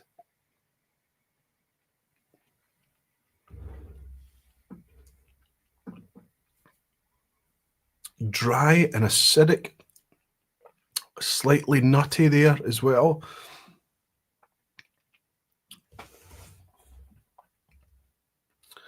I think what's happened here, we've got a nice hefty spirit from Clydeside, but we've got quite a thick blanket of cognac cask on top. This is, I don't know how long this finish has been, but this is a very active cognac cask. All of the flavors I'm getting here, you know, there's very few that you could associate with my experience of Scotch whisky generally, honestly speaking, but specifically anything that I've enjoyed from Clydeside in the past. I would imagine that they've put this together when they're selling it and you bottle it at the distillery that's not in the active cask, it's already been decanted. That's a good thing, because I think the cask is already quite shouty here. There's lots of things happening here. As I'm speaking to you now, there's a saltiness on the finish hanging around. That's an incredible one. Like I say, I've just cracked that open, poured it in a glass. All the caveats apply, not giving it much time to breathe at all. But really quite a different kind of whiskey, really quite different. Graham was saying, I've bought the Clydeside cask strength handfuls since the beginning and shared several. It pleasantly surprised everyone who tried them for their age. I cannot speak loudly enough. If they were within reach, Graham, without me toppling things over, I think that might be the Stop Cross that I can reach now, but it might be the cask strength. It doesn't matter. It's the one that's the red and cream label. If you're at the distillery, whether it's the hand fill, especially if it's from a bourbon cask, first fill, refill, rechar, doesn't matter. Please grab it. If it's the cask strength, pick it up. Clydeside have come of age, and I want to hold up a bottle now that demonstrates that more than any other. In fact, you know what I'm going to do? I'm going to pour this alongside that La Maison du Auchentoshan. I've got a little bit of the Auchentoshan left. This is Clydeside's core range Napier. I've been talking about this for a while now. Listen, you know the vPub, you've been around here long enough now. I don't get anything for this. I don't even get favours. This is whiskey that I've bought with my own money. It's whiskey that I've fallen in love with of my own accord and my own volition. Everything that I've chosen to do has been because I wanted to do it, not because anyone asked me. There's no reciprocal agreements in place. There's no sponsorship. There's nothing in it for me other than to get to share something with you that you can come back to me and say, Roy, I tried that Napier, and you're right, for 50 quid. There is nothing that can touch it. What we have in this is a fully natural whiskey that is fully matured in sherry casks. This is a finish. This is fully matured, and it tells us that that's the case on the label. It also gives us an age statement on the label to tell us that it's 6 years old. It tells us that it's Oloroso sherry casks as well. This is 50 quid. Well, 50, 55, 58, your mileage may vary, but somewhere of that neighbourhood of pricing. 46% ABV, fully natural whiskey. And look at this, the level of it. I love the wee indents, a wee nod to the Clyde and shipbuilding and things on a bottle. This is whiskey that I want people to know about because it's available in good volume, good distribution. I hope you can get it where you are. But let's have a wee go on the Auchentoshan to remind us. This is sherry cask.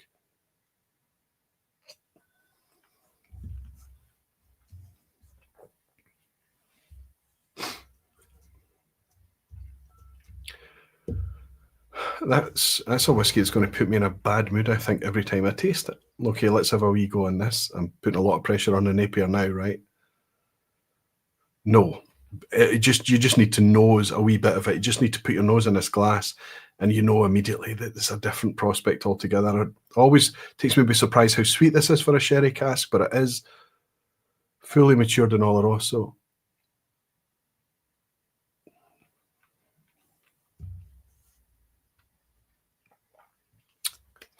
Okay, I always forget how clean this is, forget how sweet this is. This is one of the cleanest sherries that exists. A lot of people are put off sherry cask whiskies because they're often sensitive to sulfur, and the sulfur can come from lots and lots of different places in the whiskey making process and the maturation, especially in sherry casks. This is super clean whiskey, super easy to enjoy whiskey. Just if you need a budget, affordable, fully natural, honest, integrity sherry bottle on your shelf, maybe you're going to pick up the Townsend Brothers TBBSW, okay, but single malt from a distillery that you can recognize and you can touch and you can talk about. I suspect that the only thing that can come close to this is the Arran, used to be called the Bodiga, the Arran sherry cask. But even then, I don't know if the Arran sherry cask is fully matured in sherry cask, or if it's a finish or a vatting or whatever. This Napier is full maturation in Oloroso for 54 quid. So clean, so easy.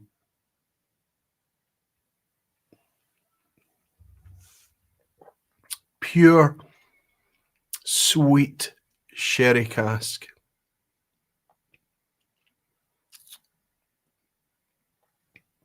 Delightful for the money. I would always pick a bourbon cask Clydeside. Of course I would. Refill, first fill, doesn't matter. Recharge doesn't matter. But that's what I would do generally all over the place. I would like anyone in the comments, anyone that's in the vPub live right now, to come up with an alternative for that price where you're reassured that it's 100% sherry cask maturation. I think it's close to peerless. It would be nice if you could prove me wrong. Jimmy Liggs bought me a dram. That's a whiskey that's going to put me in a bad mood. That's it. He's quoting me. I've listened to you speak a lot, and that may be the harshest thing you've ever said about whiskey. I've had the occasional rant. Surely, Jimmy, you've been around when I've had the occasional negative rant. It happens from time to time. John van der Borcht is in. Good to see you, John. He's saying, I've just got to JFK on our way to Munich and tuned into the vPub. If you come to Munich, sipping a 20-year-old Mortlach in the lounge, very nice, especially when I'm not paying for it. John, I hope you're still sitting there. I hope you're enjoying it. I'm glad I managed to catch you while you're tuning in from the airport, buddy. Safe travels, and I hope you have a fantastic trip to Europe, bud.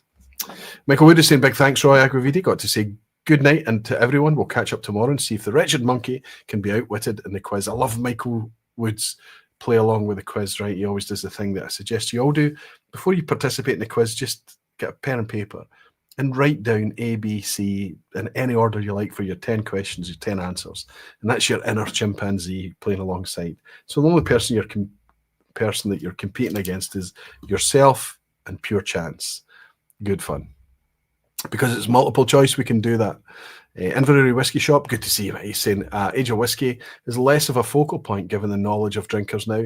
Quality comes in all ages, just like barflies. I like what you did there, Mike. Fermentation may be the king of flavour development. Fermentation is the king, no. I remain to be convinced. It is huge. It's massive. Not just the time, not just the conditions of the fermentation, but the yeast involved, all of that is a massive pillar of flavour. But I think it starts way back with the barley varietal. I think it's got so much to do with how it's malted. Floor maltings, I think is like the secret sauce. If you can afford floor malting, if you can put in a floor malting, I think it's huge. But absolutely fermentation, slow distillation, all of these types of things. Or even that kind of playfulness recently that we discovered with slow and fast distillation from Townsend Brothers. Willie Dollar is saying Napier is a great dram for the bucks. I'm glad you're enjoying it, Willie. It's nice to have a bit of consensus. And it's nice to have you fairly local up there just north of Glasgow, Willie. But obviously you're working in Glasgow for years.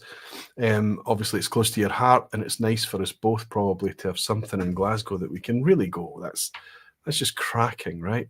Scott Allen is saying, Aquavite, we can get the Stop Cross in Arizona now, which I'm happy about, but wish we could get the other bottlings. Scott Allen, you and Becky, you will both be able to pick up the Napier in the future, I'm sure. I'm not sure if it's maybe released on the same scale as the Stop Cross core release is, but hopefully there's distribution in place, so look out for the blue tube It's the sherry cask Napier. And Pedro was saying it's so interesting how quietly Clydeside is working. It's interesting that you feel the same as me, Pedro. Is it just not getting the chatter, the amplification? I think it released too early. The first releases, the first couple of outturns of Stobcross was a wee bit jaggy, a wee bit knees and elbows, as I sometimes say. Danny Keenan is in. Good to see you, buddy. Good to see you, Danny. Just bought me a dram as well to say, just landed in Bristol, so we'll catch the rest on replay. And I hope you enjoy the Glasgow 10-year-old. If you're catching this on the replay, Danny, welcome back. In the next few minutes, you're just about to discover what I think about Glasgow's 10-year-old. And Sugar Kitty, one of our moderators in alongside Helen and a few others tonight, saying Aquavita only ever seen a single Clydeside, and it's Stobcross. Yeah, that is their core range. Napier is core range now as well, but it's a bit newer, might take a bit longer to get out there. I know it needs us all to be a wee bit patient. Arnie is saying, next time you're tour Clydeside, pop in for a tour of my workshop after. No handfuls here, but a handful of sawdust all over your denims to ruin your sofa with might be inevitable. That's a nice invite, Arnie. I might just do that very thing, buddy. Falscraft is saying, Aquavita, yes, I have to sit at the sack too. I'll be in the church choir tomorrow morning. Have a good night, everyone. Marcus Kreitner and all. Falscraft, I don't know if I'll see you in Limburg in 10 days or so time, but thanks for joining us tonight, buddy. Ginger Genius, good to see you. Johnny saying, yes, I made it for the quiz. Bring it on. You made it for the quiz. Me finishing the last of this Napier, which gives double the price. La Maison du Auchentoshan a red face.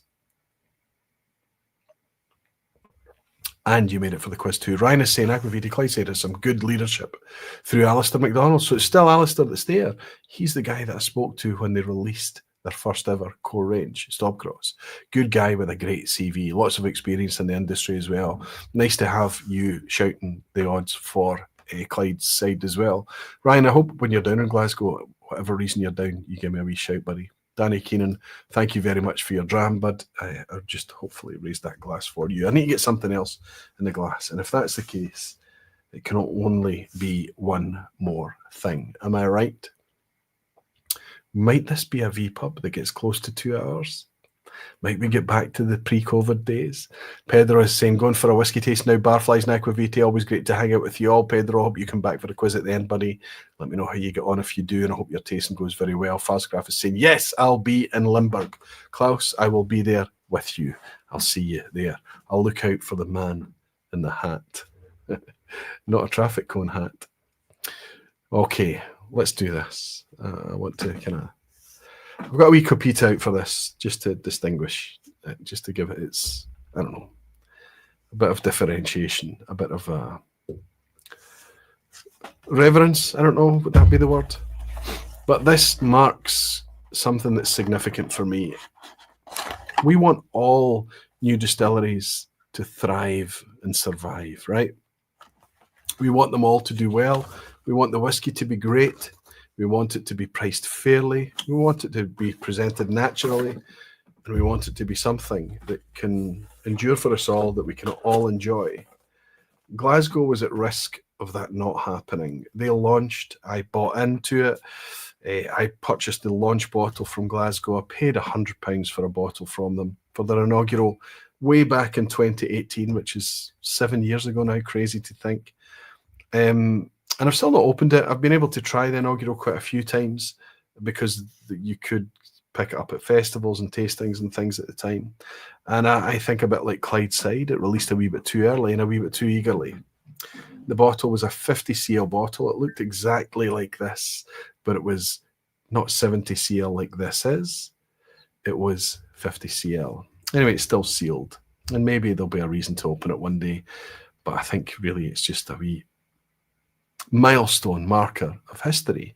The first Glasgow whiskey to appear in 2018 after not 100 years. There have been malt distilleries in Glasgow in the interim. Strathclyde Distillery, for example, I shared this. They had a wee distillery, a malt distillery from the 50s through to the 1970s called Kinship. But outside of Kinship, it was nothing happening in Glasgow for a century. And then it was back again. So, of course, I was into it and I bought it. But then I fell away again. And Glasgow became the topic of an one of the first ignored vPubs that we did, because it was being ignored. If anyone is ignoring Glasgow Distillery in 2025, I think you're probably missing out. You're missing out on a whiskey that's priced fairly, presented not only naturally, but with transparency that we just can't ask for anymore. They just tell us everything, whether it's small batch, cask strength, all of these types of things. Natural whiskey. And the core range has actually come down in price. It's, despite everything, the core range has come down in price. Specifically, I'm speaking about the original. It's also got a nice little kind of twist lock. I don't know if anybody's noticed that. If you try and pull the cork out the top, it won't come. You need to twist and unlock it, and then the cork will eventually... There we go. So what have I just opened? Can we just stop for a moment and just look how gorgeous this is? Is anyone else really, really quite seduced by the colours that we have here? Look at this pretty, pretty thing. And it's not just the black and white against that bright, bright copper and gold of the label. It's that natural, gorgeous gold colour of whiskey in the bottle too. These are fantastic bottles to hold and marvel at. Really quite an elegant, understated decanter style bottle, a gorgeous cork, everything about this, the Glasgow thing. I think they've just got the balance right. It's easy to love it. On the back, there's a wee story of, I'll just read it out to you actually, since it's a wee bit of a celebration. Here we have the first Glasgow Distillery 10-year-old release. A single cask bottling, cask number 15/10, is the 10th ever cask that we laid down. Filled on the 20th of March, 2015. A refill bourbon barrel that was filled with our fruity, unpeated, double distilled spirit and lay maturing until the 24th of March 2025, when it was bottled at 54% ABV. We're incredibly proud to present this milestone bottling and mark 10 years of whiskey making at the distillery. Thank you for your support. We raise a glass to another 10 years and beyond. And I think that's a message from Mike Hayward, who's the founder. Okay. Thank you, Mike. All night I've been building up to this.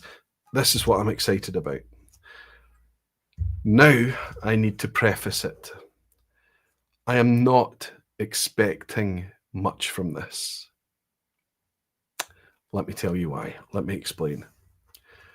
Everything about it looks beautiful. All the specs are fantastic.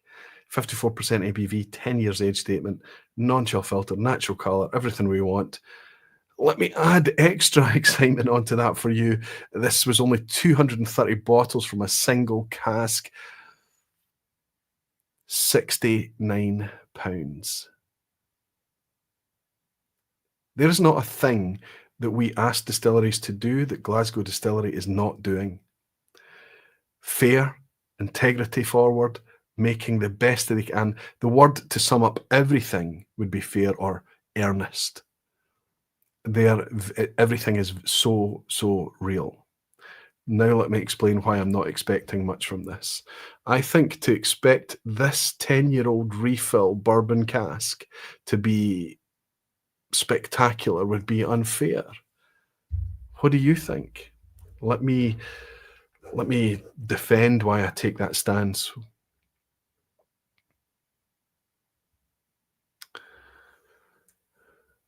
Jimmy Legacy and Aquavita, you can't skip a week then short us, so Jimmy's going to give me a hard time if it does drop below the 2 hours. Okay, I hear you, big guy. Make a dram decision, you're saying 2 hours, perish the thought. David Brody said, good to see you, David. How are you keeping, big guy? He's saying, Alistair is making great stuff. He's talking about Clydeside here. It maybe isn't as well amplified as it could be, but the quality is there. That's what we're here to do as a community, right? We need to, it's what we need to do. We need to talk about the good stuff. We need to evangelize the good stuff. Shout about it from the whiskey rooftops. Jimmy Legacy, and after visiting the Glasgow Distillery and doing the tasting, all I can say is that they are giving a genuine full effort. And Ad Auderty is saying, definitely my third favourite bottle shape after Wireworks and Fragrant Drops. Still waiting on mine to arrive though. So it looks like that a lot of you have been able to get this. Well done if you did. There was so little of it, sold out in 20 minutes. I was out of action earlier this week for reasons that I don't need to share, but I was nervous that I wasn't going to get this. My wife, this never normally happens, she overheard how much I wanted this whiskey.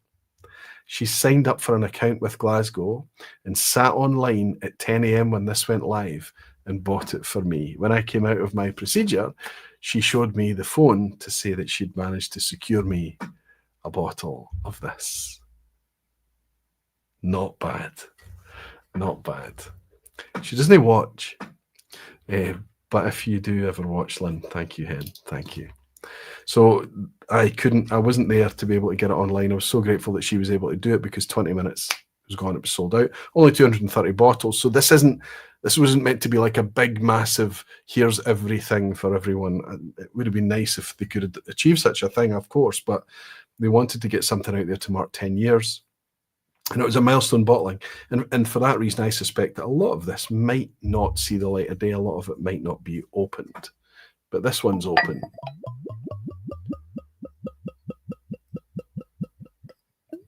There's a lot of noise coming out of that bottle, but I only poured a wee bit.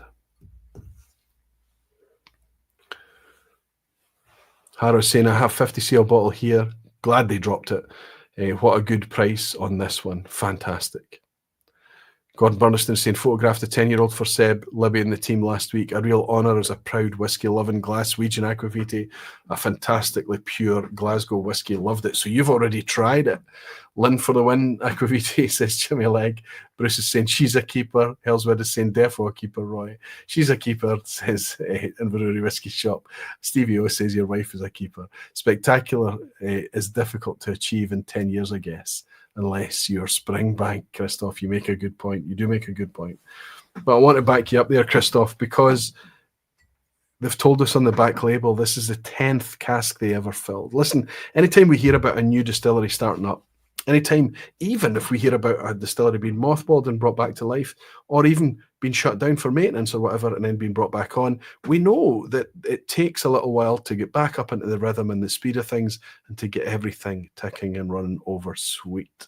We can talk about all the distilleries that we've come to know in recent years, new distilleries, and we've understood for the most part that they tend to get better with a bit of time as they dial in their production and as their stocks become deeper. They're telling us this is not a vatting that's benefited from deeper stocks. This is a single cask. It is a single cask that was the 10th that they ever filled. Now, maybe there was some other whiskey that ended up somewhere else doing something different, that there was going to be some kind of other kind of to dial in the spirit before they started filling casks. I don't know. But if they're filling refill casks, if their 10th cask filled was a wee, quiet, humble barrel, that was cask number 10, then that tells me that this is right back at the early stages. Let me say that. Let me repeat that. This was a refill cask. This is not first fill bourbon, 10 years. This is not some kind of wonderful sherry. This is not kind of virgin oak. This is not an experimental cask. This is literally a refill bourbon cask. Distillery wood. You want more? You want more? This is unpeated spirit. So they can't even hide behind a nice wee comforting, warm, cozy, smoky, savoury peat blanket. This is fully naked Glasgow whiskey at 10 years old. I've never tried it. I've not even nosed it yet. But I need to let you know, for all of those reasons, I'm not expecting this to knock me on my backside. I'm not expecting it to be brilliant. I'm opening it and sipping it with you tonight, not to review it, because a review is futile. It's sold out. It doesn't matter. I'm sitting just here with you to mark a fantastic thing that we have 10-year-old Glaswegian whiskey. I almost feel like I should get my traffic cone heed hat and put it back on in order to share it with you. But let's stick our nose in. Let's see how we're getting on with this.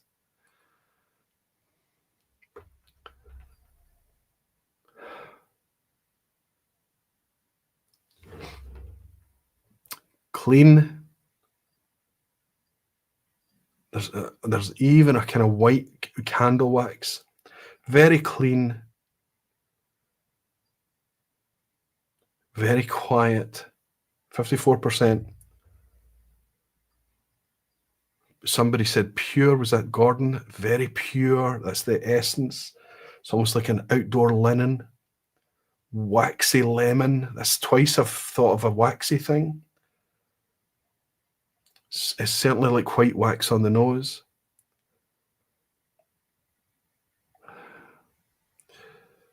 There's a kind of amaretto coconut biscuit pastry thing. You know, the biscuits, the soft biscuits.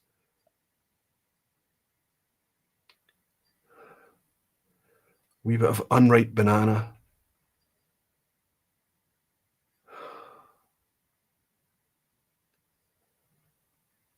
But remarkably, for 54%, remarkably restrained, quiet, pure, clean. Jimmy likes saying, fully naked is how all whiskey should be delivered. All it needs is bits of char in the bottle and it would be perfect. Andrew Pearce is saying, it's delicious, Roy, and we need more of this from Glasgow. Really enjoy their more cask influenced whiskies, but this shows the spirit behind its quality too. In my opinion, like I say, this is very deliberate. This is absolutely naked. There's no blankets here. There's nothing. Unpeated. Refill. Nothing. And Arnie's saying, I was on the phone at 10 a.m. in the dot while sitting in front of a monkey cage at the local zoo, but got stuck in the website frenzy and it never worked out for me. Oh, well. Hey, Arnie, there's a dram here for you, buddy. Don't worry about it. I'll share this with you, fella. Okay. Chris Everwind is in. I have had a sample of the Glasgow and was impressed. I imagine that 10 will be something special. In this day and age, many new businesses don't make it to 10. Well done. Absolutely. Chris, good to have you. And Gina's saying, to repeat your words, you've married well. Talking about my wife who was able to get this for me while I was predisposed.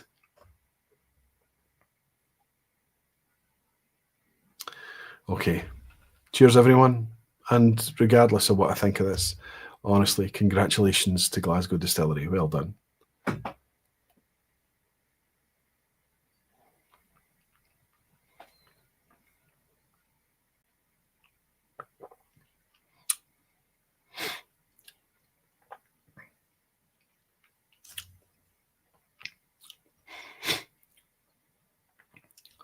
Excellent. I didn't pick up the ginger. There's ginger here. Sweet ginger. Stem ginger, that biscuit thing, that amaretto kind of thing. It's just imagine a wee bit of ginger. Biscuit, caramelized biscuits. Apple. Sweet red apple. Not getting much of that waxiness that I was getting on the nose, on the palate, but the lemon skin is still intact, that kind of zesty lemon thing. It's not tart, it's not sharp citrus, but there is a wee bit of citrus there, along with that kind of sweet apple effect thing. Short to medium finish, slightly drying, moreish, going back in again.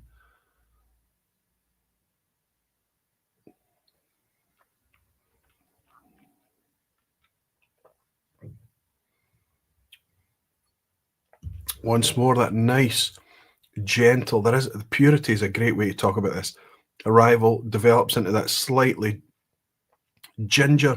It's almost like a ginger preserve, like a ginger jam type note. Wee bit of orangey coming in as well.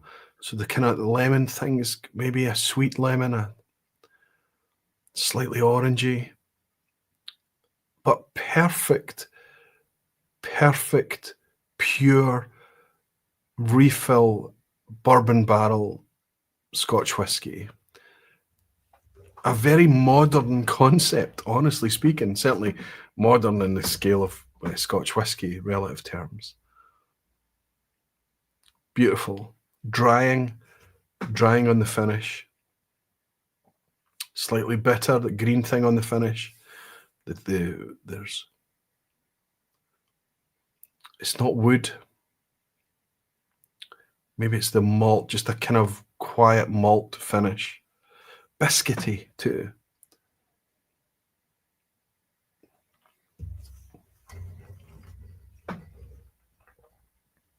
There's an elegance, a poise, and dare I even go as far to say a confidence. Is brazen. Like we say, completely naked whiskey. No peat, no cask, no anything. And as much as we celebrate the amount of fantastic whiskey that Glasgow has been bringing us over the years, whether it's their core range is rock solid now, they're original, they're super bold and right in your face, PX and peat together with their whether it's the cask strength or the standard 46% peated release, their triple distilled release, also 46% fully natural, wonderful tropical fruity whiskey. They've been bringing us fantastic things for years, and then playfulness too, cask playfulness, whether it's Tokai, whether it's wine cask, whether it's sherry cask, whether it's Manthania and all of this stuff, the Isla cask from last year, which was just a knockout for me. Wonderful stuff. It's like they've removed all of this. Even their original uses virgin oak, the core range original. They've stripped all of that away with this 10-year-old just to say, this is the raw Glasgow spirit. This is it. This is it in a very inactive cask after 10 years. There's a nice poise to it. Like I say, this is not going to be the type of thing that you pour in front of people and it's going to just blow them away. But if you were to have the ability, the health, the fortune, the wisdom, the canniness, everything that requires in order for this to make 20 years and beyond and refill wood, I suspect that this would become something quite spectacular. I would love me and all of us to be around to taste this in another 10 or so years' time. Aye. For everything that you've achieved, Glasgow, and especially for everything that you've achieved in recent years, well done.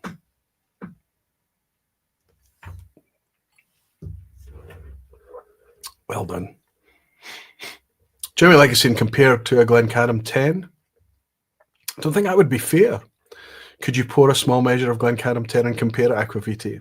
I think from memory, I think I know that what I would get from Glencairn 10, because and here's why it might not be fair, is because it's a single cask, an absolute single cask, whereas Glencairn 10 is going to be a vatting of all kinds of things, and they're going to have the ability to take some first fill bourbon in there, refill bourbon, various refill distillery wood casks, whatever it may be, and make a nice super fruity vatting of Glencairn 10. It's very close to Oliver Hart's Glencairn 10. It's a wonderful 10-year-old whiskey, but they have the ability to put things in the vatting as well that's also more mature than 10 years old, whereas, like I say, this is utterly naked. This is raw.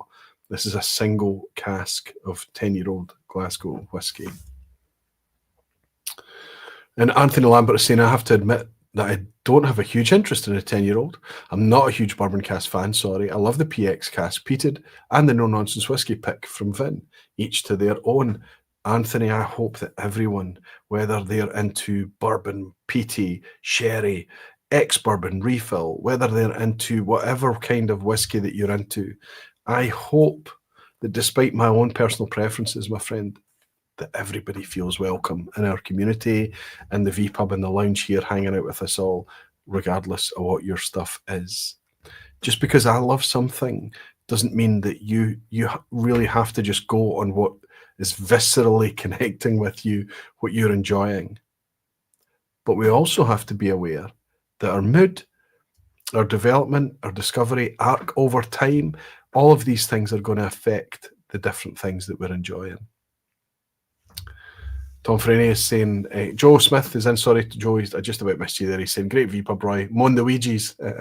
Let Glasgow flourish. Aye, here's to that, Joe. Thank you, buddy. Tom Freeney is saying, even Aquavitae, I've opened my bottle too. It's a lovely, complex and subtle dram. I look forward to their next age statement release. Fair play to you, Tom, for opening a nice wee piece of history. Well done, buddy. Well done getting it as well. Peter Lee saying, I'm just home. How's the Glasgow 10-year-old? It's bra, Peter. You need to go back and see what we actually think about it. You need to rewind or watching the replay. Gordon is saying, cone hat on and a wee rendition of I Belong to Glasgow is in order, I think. Maybe when we're out on a wee night out, you can bully me into such a thing, Gordon. But on the vPub, it's unlikely, buddy. Jimmy Legg is saying it was a selfish request as I know Glencadam 10. I wanted to check the difference. I think Glencadam 10, from memory, for me, Glencadam 10 would be much more fruity. The effervescence and the fruitiness would be dialed right up, I think, compared to this. Jimmy Legg is saying I was sorry, I picked that one up, Jimmy, didn't I? Peter Lee saying, oh, I've got that too. How far up the scroll? Here we go. And everyone, Chris is saying, should that be a test for a whiskey distillery? Should they have an expression that focuses on just the distillate and minimal cask influence, or is that unreasonable? I don't think it is unreasonable, but I suppose it depends on the stocks that they have to release at that point in time. Would it be a good showing for their whiskey, or do they have to kind of do different things with it? Jimmy Legg's Glencadam 10 is a perfect case in point. That thing sings.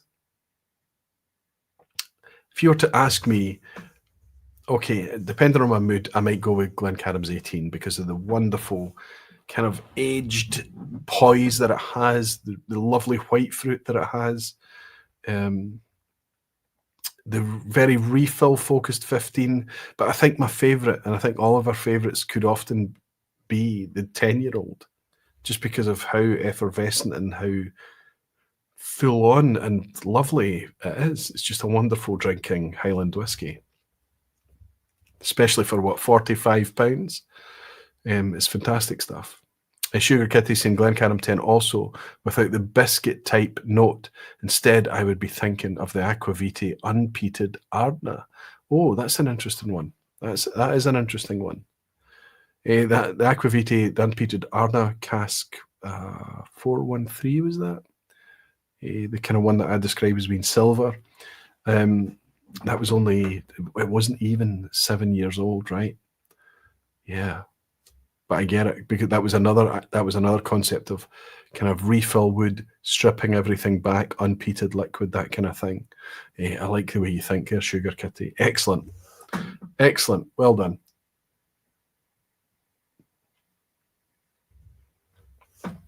They could have charged a lot more. They could have gone into 3 figures for this whiskey, but they put it out there at the same price as the small batch, £69. Just if you want any reassurance that they're in it for the long term, that they're here with earnest to get into drinkers' minds, think about Clydeside with their stop cross, and especially that Napier, you know, fully Oloroso matured for that price. Amazing. The Glasgow 17, everything that Glasgow have done with their core range, their small batch releases, and now this. Yes. More, please. More, please. Okay, if you want more, please. I'm at the 2-hour mark now. Jimmy, can we start the quiz? Are you up for it? We've done a wee bit of to and fro, and the people that I've been able to meet over the last few weeks out there, thank you so much. Sheldon Kerr, I managed to meet you, Noteworthy Whiskey, when we were out in the Bonaccord together. All the guys from Brazil, fantastic. It was wonderful to hang out with all of you guys in the Bonaccord as well that same night. I've met so many more of you in the interim, just bumping into you casually at the Bonaccord, especially in town, wherever we may be. But occasionally we'll get into the wee discussion. We'll talk about the vPub, and you guys are always very, very nice. Mikey Hay was gushing when I went out with Mikey Hay, and he's been around from the beginning, from the very start. So it really means a lot when people say nice things. But we got onto the quiz at the end, and it's always the only thing that they talk about when we get to the quiz at the end is just how hard it is, or how easy it is. And that's perfect for me, because it means that you're challenged by it. You're challenged by it because even when you get good scores, you maybe feel that it's been a wee bit easy. And I understand that completely. But even when it's hard, you get frustrated by it. What's been amazing is that nobody's been particularly angry at me. And I think sometimes you should be, because the questions are always made by me. But I never intend to make them hard or easy. I just always try and put a good mix of questions in. I think, I say all that to say this. I've been playing recently with making the quiz deliberately hard. You might remember when Phil and Simon Thompson were on, that was a brutal quiz. And then the ones either side of that were much easier. Tonight I've tried to go for a mix, but I would also, I would also like to have the ability to at least celebrate 1 or 2 10 out of 10s. So I think I'm tripping up, and that when I do that and when I go for that, I tend to make it a wee bit easier. I think tonight might be a wee bit easier. Please stay for the quiz at the end. Kevin Olin is in. Good to see you. Good afternoon from California, Aquavite, and High Barflies. Good afternoon right back at you. We're just finishing up here tonight, Kevin, but you can still pull up a wee bar stool and participate in the quiz at the end if you're up for it, buddy. Jamie Legacy, and I guess we have the lock-in on Sunday too, so I guess we can start the quiz. You do, for all my patrons. Yes, I'm looking forward to hanging out with you. A wee relaxed hangout, background chat, that kind of thing. But the big thing on Sunday night, the full focus is going to be getting together and enjoying the daft well together. Gene Kelly saying it's all about the quality, not quantity, and this has been 100% quality. Gene, you're always a nice man. You can come back again, please. And Stevie O is saying, I'm angry at you. You've got more hair than me. Listen, you really, if you've got less hair than me, you're doing quite well. I've let my hair grow back a wee bit, so maybe I need a wee haircut. Christoph has bought me a dram. Thank you, Christoph. And he's saying thanks in advance. Thank you, Christoph. Thank you, buddy. What is this? Don't even remember what this is now. Oh, I do now. That's the cognac cask, the Clydeside that I poured. Cheers, Christoph. Thank you very much for your dram, buddy. All right. This is the quiz at the end. It's always multiple choice. Please stay. Have a bit of fun with it. It's intended to start off quite easy, very, very easy. Watch out for the banana skins, of course. All of these things, please read the questions carefully. As we get past the picture question in the middle, it gets tough towards the end, and we finish, of course, on an asshat, which is deliberately meant to be super tricky and difficult. I wish you all the best with the quiz at the end. I've enjoyed talking about Glasgow whiskey with you tonight. Daisy Vleeland is joined. She must be joining at the end. Somebody's saying hello to her. If you're here, Daisy, fantastic. Good to have you. If you were in earlier, I apologise that I've missed you. And Lassie Otsman is in. When is Menno back to do the quiz? You know, I've been a wee bit delinquent in kind of arranging a more kind of community-focused thing. And that's the type of quizzes that I would tend to involve Menno in. But he's still around. And I suspect they would be more than happy to hop back on and have a wee quiz at the end. I think it's about time. Thanks, Lassie, for reminding me. Maybe I should reach out to Menno sooner rather than later. In the meantime, good luck, everyone. We roll into question 1. Fire away. Which of these lost distilleries can you still visit and discover their buildings?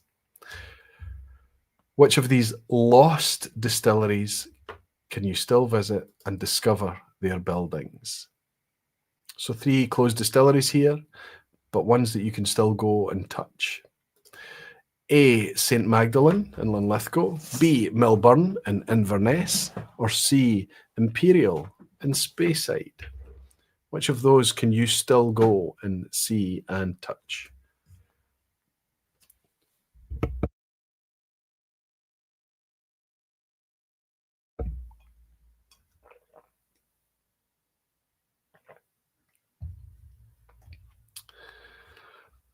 What I did there is I muted the microphone so that I could let out a wee burp. Some would argue a big burp. But I'm always nervous that I double tap the mute button and share it all with you. I hope that never happens. Careful of that banana, Sugar Kitty's pointing out. Not usually all 3 this time around. I don't like the look of that banana skin, says Jimmy Legg. Not lost in the traditional sense. Because I've put it in. Yes. Well, yes. But don't worry about it too much, Lachlan. It's pretty safe. And Graham Fraser is saying A and B. C, if you include the Imperial offices and warehouses. He's a canny man.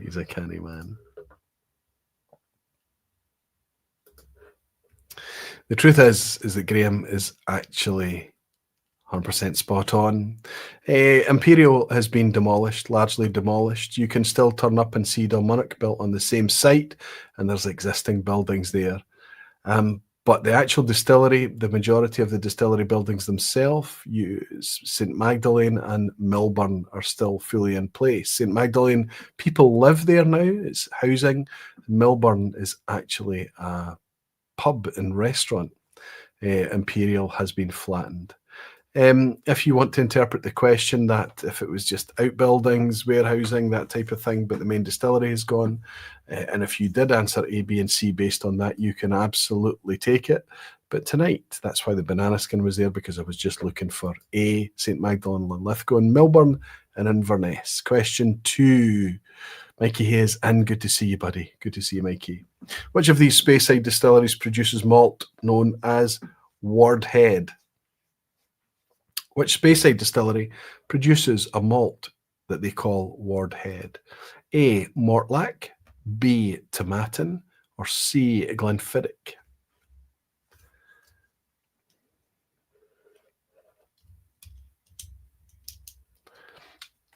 Nice and easy questions, I hope, to start with. This is about trade names, it's about brand protection, about that type of thing. Sometimes it's about slightly different takes on the malt. It's not always the exact same stuff. They experiment and they change it a little bit. So in order to keep track of it and differentiate, they call it by a different name. That's not the case here. They pretend in this scenario that they teaspoon it, that they add some other malt in there in order to make it a blended malt, but that's not true. It's still a single malt. They just put down on the paperwork that they've teaspooned it. Peter Lee is saying it's actually a really good dram too. Lachlan is going with the flow. Jimmy Legg is saying I'd rather visit a pub than a distillery generally. Oh, you're a cynic. Pubs are 10 a penny. Distilleries are special, special places. Kyle Taylor is saying so Balvenie wasn't on the list. It could have been on the list because Tomatin is actually a Highland distillery. It's not a Speyside, so that means it's a 50-50 between Mortlach and Glenfiddich. Balvenie is not on the list. Glenfiddich is on the list. That's the right answer. Wardhead is supposedly Glenfiddich with a wee teaspoon of Balvenie in it. If you answered C, well done. Well done, as most of you did. Absolutely spot on. Mike Molasses is saying, so they're lying. Yeah, I think they are.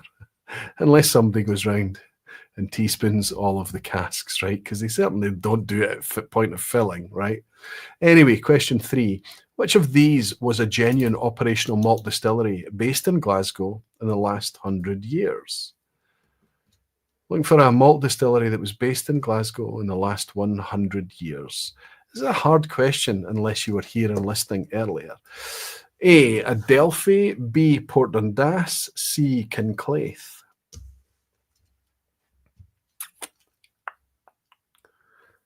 Genuine, operational malt distillery based in Glasgow in the last 100 years.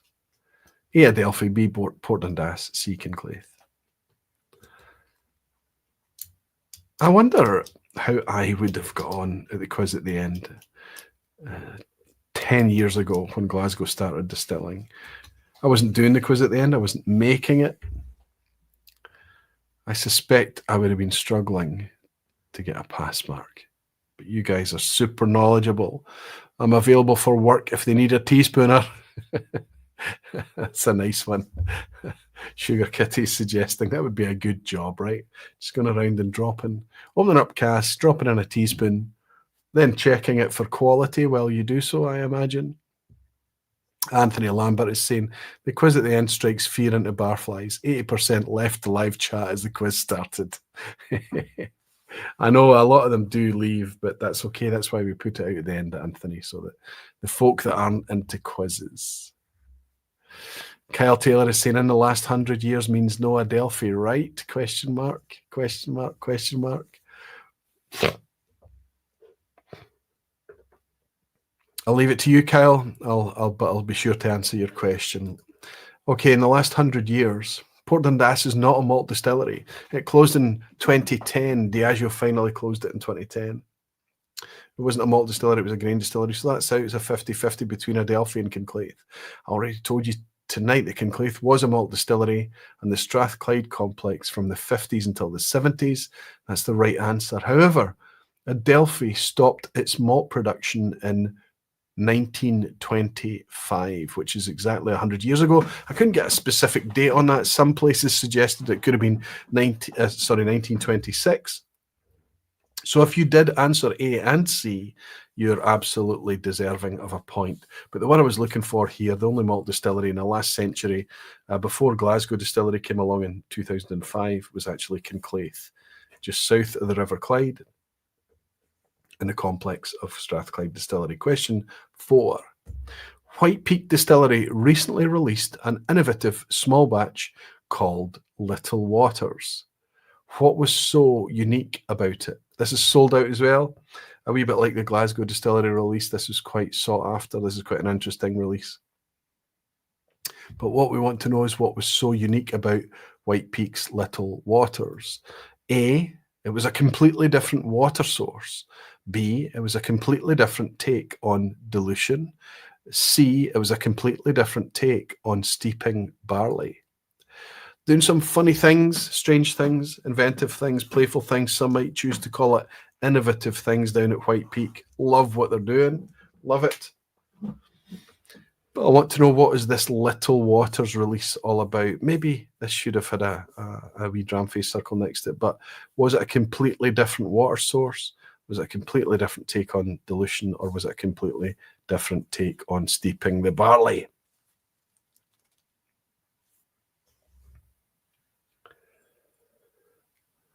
Question 4, we're keeping it quite easy. Some of you are not 100% confident about this. Sandro Fazzolari is in. Good to see. Sandro just got all Macavite. I think I'll be careful before trying this quiz again. Don't worry about it. Just have fun with it, bunny. Just have fun. I can tell you that Little Waters is borrowing from cognac production. Super interesting. Nothing to do with water source, nothing to do with steeping grain, and everything to do with dilution. What they're doing is that they are maturing water in cask with spirit, very, very heavily diluted spirit, in order for them to bring the ABV down in a very, very different, very controlled, very deliberate manner. Diluting whiskey, whether it's at the point of bottling or whether it's in cask or whatever, it's quite a fickle thing. It can be a dangerous thing to do. You have to be very, very careful with it. And apparently in cognac production, they've worked out a way, they call it pétillant, is the French for it. And White Peak have tried to incorporate this into their production in England. And they've just released that. We got to taste it. Anybody that was at the under the table tasting in November last year, Tom Lindsay came along and he presented this concept to us. Fantastic tasting that was that day, and we were the first to be able to taste it in any kind of large scale. And it's obviously they've gone ahead and released this Little Waters on the back of that playfulness, that innovation. Mine is still sealed. In fact, it's not even out the carton yet. So I'm looking forward to finding an excuse to open that in the future. Question 5 is always a picture question. Good luck, everyone. This is obviously the reason that I opened tonight's vPub with a cone on my head. This is a very iconic, modern iconic vision of Glasgow. You know, this is the Wellington. I have to be careful what I'm going to say. I'll tell you what this is after we go with the question, shall I? But anybody that's kind of done a sightseeing tour of Glasgow would have inevitably seen this in Nelson Mandela Square.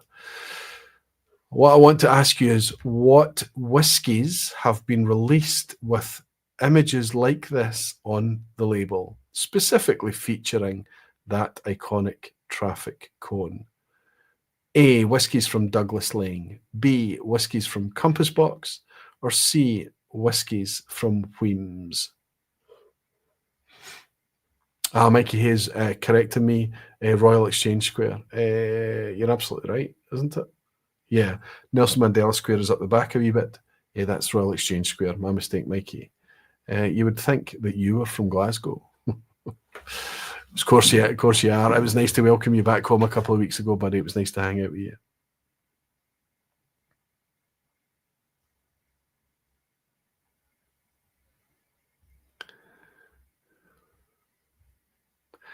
Pétillant, promoted by Still Austin today.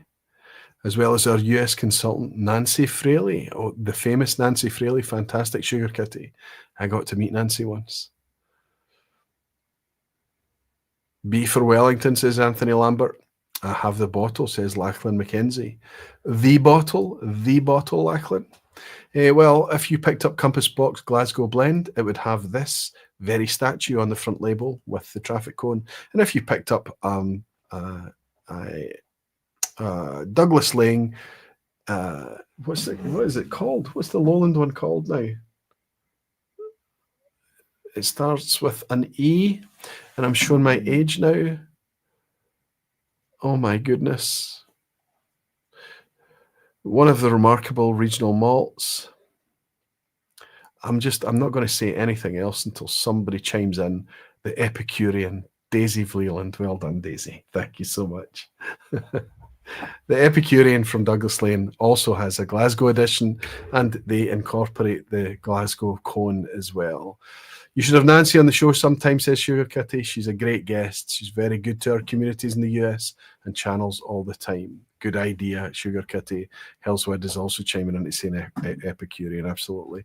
So this is just a very kind of, the Duke of Wellington, he achieved lots of things, not least helping to beat Napoleon, and he even made Prime Minister, I think, more than once. But in Glasgow, he's just seen as one of the toffs. If you're someone that is of a standing to have a statue made for you, you're obviously one of the upper class. And we're much more down to earth in Glasgow, and we kind of like to have a wee bit of fun with that, and we put a traffic cone in your head. And sometimes when we're in a generous mood, sometimes the horse gets a traffic cone too, and it's just become one of these things that for years they tried to stop it. They had CCTV cameras. They had things in place to stop people getting anywhere near that statue with a traffic cone. But now they don't care. They just leave it. And I think that in 2025 we've got over it and we just embrace it. It's just part of Glasgow and its humour and its demeanour and its culture. And I think it's a fantastic thing. I don't even think the Duke of Wellington would care if he came back. He might don a traffic cone hat just to go along with it all. It's just part of Glasgow. Okay, it's going to get trickier from here on in. Question 6. Which of the following official bottles have maintained its branding aesthetic the longest? So we're all kind of, we're flighty, aren't we? We want to update things. We want to make things look new and fresh. And sometimes that's a shame. I think it's much nicer when things are evolved gradually or with purpose or meaning. But I'm going to ask which one of these 3 bottlings has held on to its aesthetics the longest. A, Dalwhinnie's 15-year-old, B, Glencadam's 15-year-old, or C, Lechic's 10-year-old. Which of those 3 has held on to its branding aesthetics the longest? James Morgan is in. Good to see you, James. Tony Nelson is here. Fantastic. Gabriel Welding is here. Excellent, Gabriel. Good to see you. Michael Ledvinka. Michael, I actually knew one of the answers that time, which is a very rare thing. Michael, I think that might be the first time I've welcomed you, buddy. It's good to have you here, and I'm glad that you managed to feel like you know the answers. Stay here long enough, and almost by osmosis, you'll be able to take it all in. Jimmy Legacy and Cheese, I can't recall Dalwhinnie ever being different than it is. Cheers, Roy, and A, please, says James Morgan. Mike Molasses saying I'm leaning towards A as well. I would say A, Anthony Lambert. No banana skin, so surely A, says Mikey Hay. I can tell you that Lechic 10-year-old has had its branding for 15 years, more or less. 2010. Glencadam is a wee bit older again. Since about 2007, 2008, the Black Label Glencadam 15-year-old has been around. But the Dalwhinnie 15-year-old has been around since even longer than that. It depends on when you want to decide that the branding actually changed. But let me go back a full 27 years, I think, and show you these 2 bottles beside each other. The one on the left there is from 1998. You know that's the case because it's the 100-year celebration for a distillery founded in 1898. And on the right is a modern 2020 bottling of Dalwhinnie 15, hardly changed. And in fact, based on those 2 images, the one on the right actually looks older. So yeah, there's a lot to be said for maintaining branding aesthetics. think of Lagavulin 16, still one of the most attractive bottles of whiskey in existence. If they ever change it, I will be livid, and I think a lot of people would be too. Question 7. Port Dundas grain distillery was closed by Diageo in 2010, but how many Scotch malt distilleries have permanently closed in this 21st century? Grain distillery Port Dundas closed in 2010. How many malt distilleries have closed this century? A, none. B, just the one. Or C, 2, actually. Inverurie Whisky Shop, Dalwhinnie 15 was the whiskey that got me hooked on Scotch. I love that we're able to just admit, Mike, right, that we're hooked on the thing. And it's not just the liquid, it's not being hooked on alcohol, it's hooked on all the connections, all the history, the community, the vibe, the culture, everything about it is fantastic. Jimmy is saying, I'd rather they change the livery than what they've done to the contents of that Lager 16.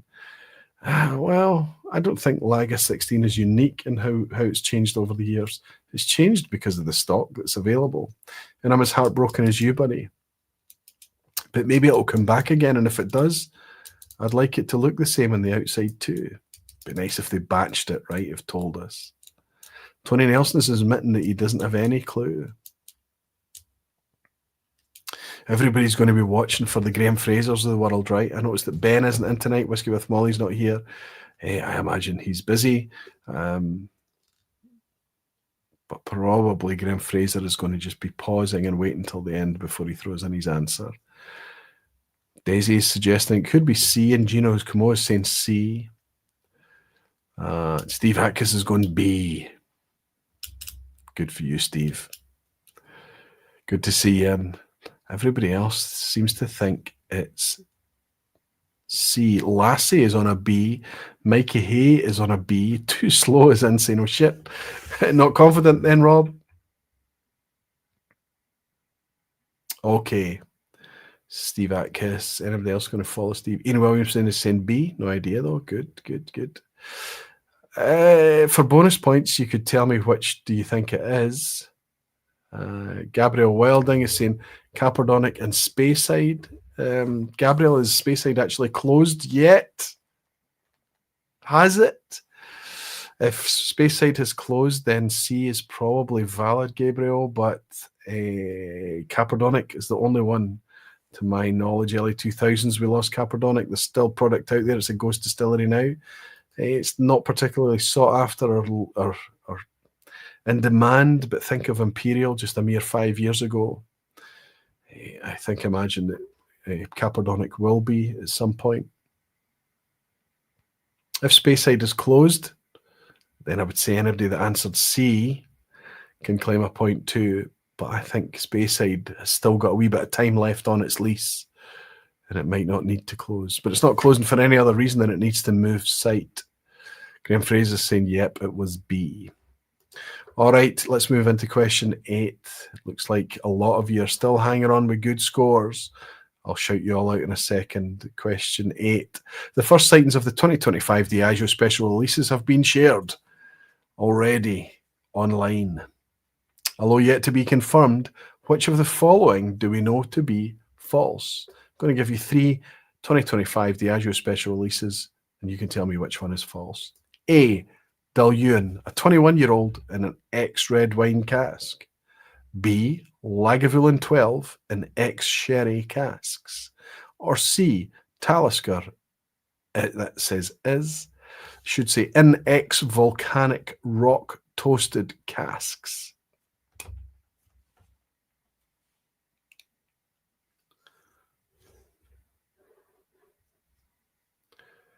That's what I was told by the lady in the Snug and Aviemore run by Speyside. That's right. The Snug and Aviemore is the little tasting room for Speyside Distillery. If they've told you that it's closed, it might have already closed in anticipation to move. Then we get into that grey area. Is it actually a closed distillery, or is it a distillery that's just been forced to move? Pete Edison, correct suggestion from Dave VP. Lochhew is closed as well. Oh, are we really going to say that Lochhew was a was a distillery. But here's the thing, and Dave P, a good shout, absolutely. I talked about Loch Hugh just 2 weeks ago in the vPub. The thing about the vPub and the quiz at the end, if you disagree with my interpretation of the answers or the questions or whatever, honestly, this isn't like football. There's no body that has the final say. You can literally take it. And Loch Hugh, truthfully, is a closed. And they did distill. Did they make whiskey? I suppose they did. There was an 8-year-old at one point that they could have been able to call whiskey, I suppose. So yes, I suppose on that, if you answered C for the last one, you could take the point as well. Good work. Ian Williamson is saying C, although I'm sure they've already done this. I wouldn't put it past Talisker, definitely B, says James Morgan. Count your blessings. Point saved. Pierre is saying to Dave VP. Yeah, good job, Dave. Jimmy Legg is saying, oh, Frank disagrees with everything. That's his charm. Sugar Kitty saying not red wine. Well, I can tell you, this is all over social media right now. It was shared on Aquavita. Barflies, I think, by Graham Fraser, I think. There's some more details come out because we now have a Chininic, but interestingly, it's not single malt from Chininic. It's going to be a rye because they have the mash filter, so they can handle all sorts of mash grains and things that other distilleries cannot. So that's going to be interesting as well. Mature rye from Chininic, amazing. But the price is always going to worry us. I can tell you that Lagavulin 12-year-old in 2025 is actually going to be a significant departure. It's a wee bit scary, might be amazing. It's certainly intriguing, but I don't want it to be every year. But they're coming out in this year, 2025, with sherry casks from Lagavulin.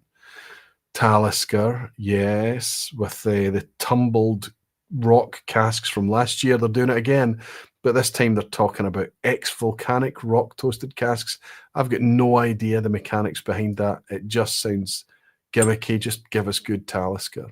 The thing here is that the Dillion 21-year-old will exist, but it's a sherry cask release, not red wine casks. So the fake in there was a 21-year-old red wine cask Dillion. Lagavulin 12 and sherry and ex-volcanic toasted Talisker are legitimate. Lava Rocks, says Sugar Kitty. Yeah, absolutely. Question 9, second from last. For much of the 20th century, Glenglassaugh was opened only to close again. What particularly odd reason finally sealed its fate once again in the tumultuous 1980s? What weird reason did Glenglassaugh have to close in the 1980s? It's revived again, but in the 1980s, A, it failed in its attempt to increase its capacity and subsequently had to close. B, it failed in its attempt to retain enough skilled staff and was forced to close. Or C, it failed in its attempt to turn its hard water soft and had to close. It's a weird one. I know it's tough. The questions get harder the closer you get to the end. We're not even at the ass hat yet, and this is interesting, and this is the type of thing that I think is nice to understand or know. It's very cool. I haven't seen any prices yet for Diageo special releases. I'm not confident, but I have to think at some point, at some time, they're going to need to read the room. It's not a good look when all the airports are heavily discounting your whiskies, right?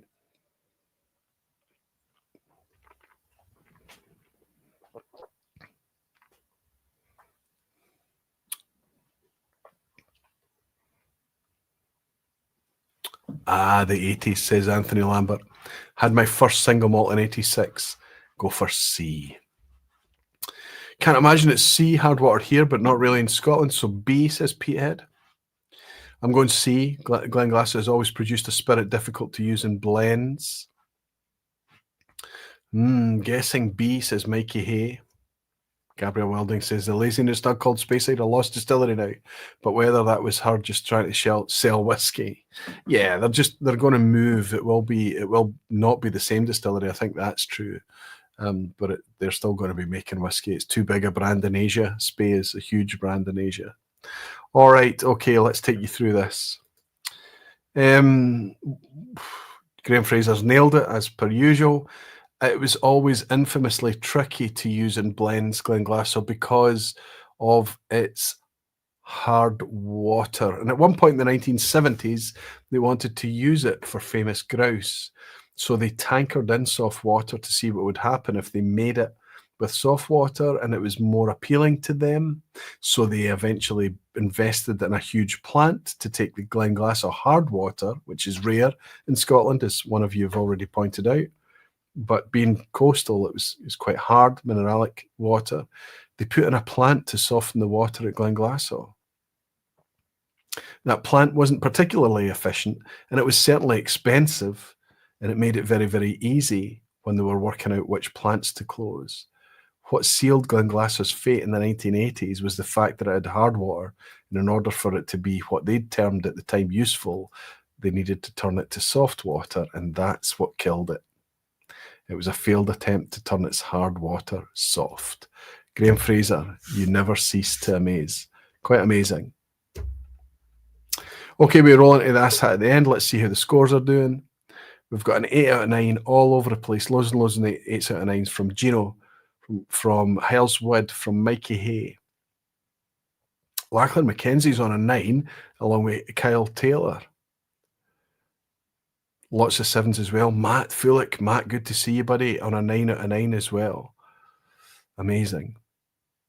Ted Brooks is saying 8/9 out of 9. I get exactly what you're talking about, Ted. I'm going to take that as a 9 out of 10, Ted. Stay with it. See if you can get your 10 out of 10 tonight. Graham is on a 9 out of 9. Amazing. So is Mike Molasses. Rob Smith, holy moly, saying 9 out of 9. Don Nelson is on a 9. Sugar Kitty. Where's Roy in Norway? Fantastic. Good to see you. On a 9 out of 9 as well. Lots of 8s, lots of 7s. Klitzt on a 7. Steve Atkiss, Stevie on both on 8, and Christoph on a 7 as well. Good luck for the ASAT, everyone. Hopefully it's a milder one tonight, because there's a chance of some 10 out of 10 celebrations. Let's go. How many island Scotch malt distilleries begin with the letter T? Island Scotch malt distilleries beginning with the letter T. About the same number as A. Scotch malt distilleries beginning with the letter I. B. Fife distilleries operating today. That's Scotch malt distilleries. Sorry, that's Scotch distilleries. I should say Scotch distilleries. C. New distilleries with a 10-year-old age statement released. When I say new distilleries, I'm speaking about distilleries that have been founded in this century. 10-year-old age statement. So A, Scotch malt distilleries beginning with the letter I. Fife distilleries operational today. New distilleries with a 10-year-old age statement released already. How many island distilleries begin with the letter T?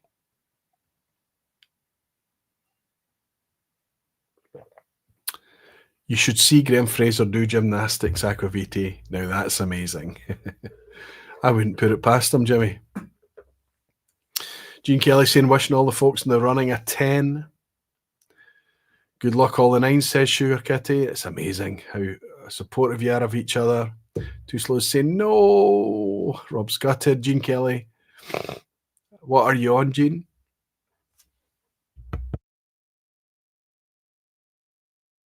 Scott Allen is admitting that he's not.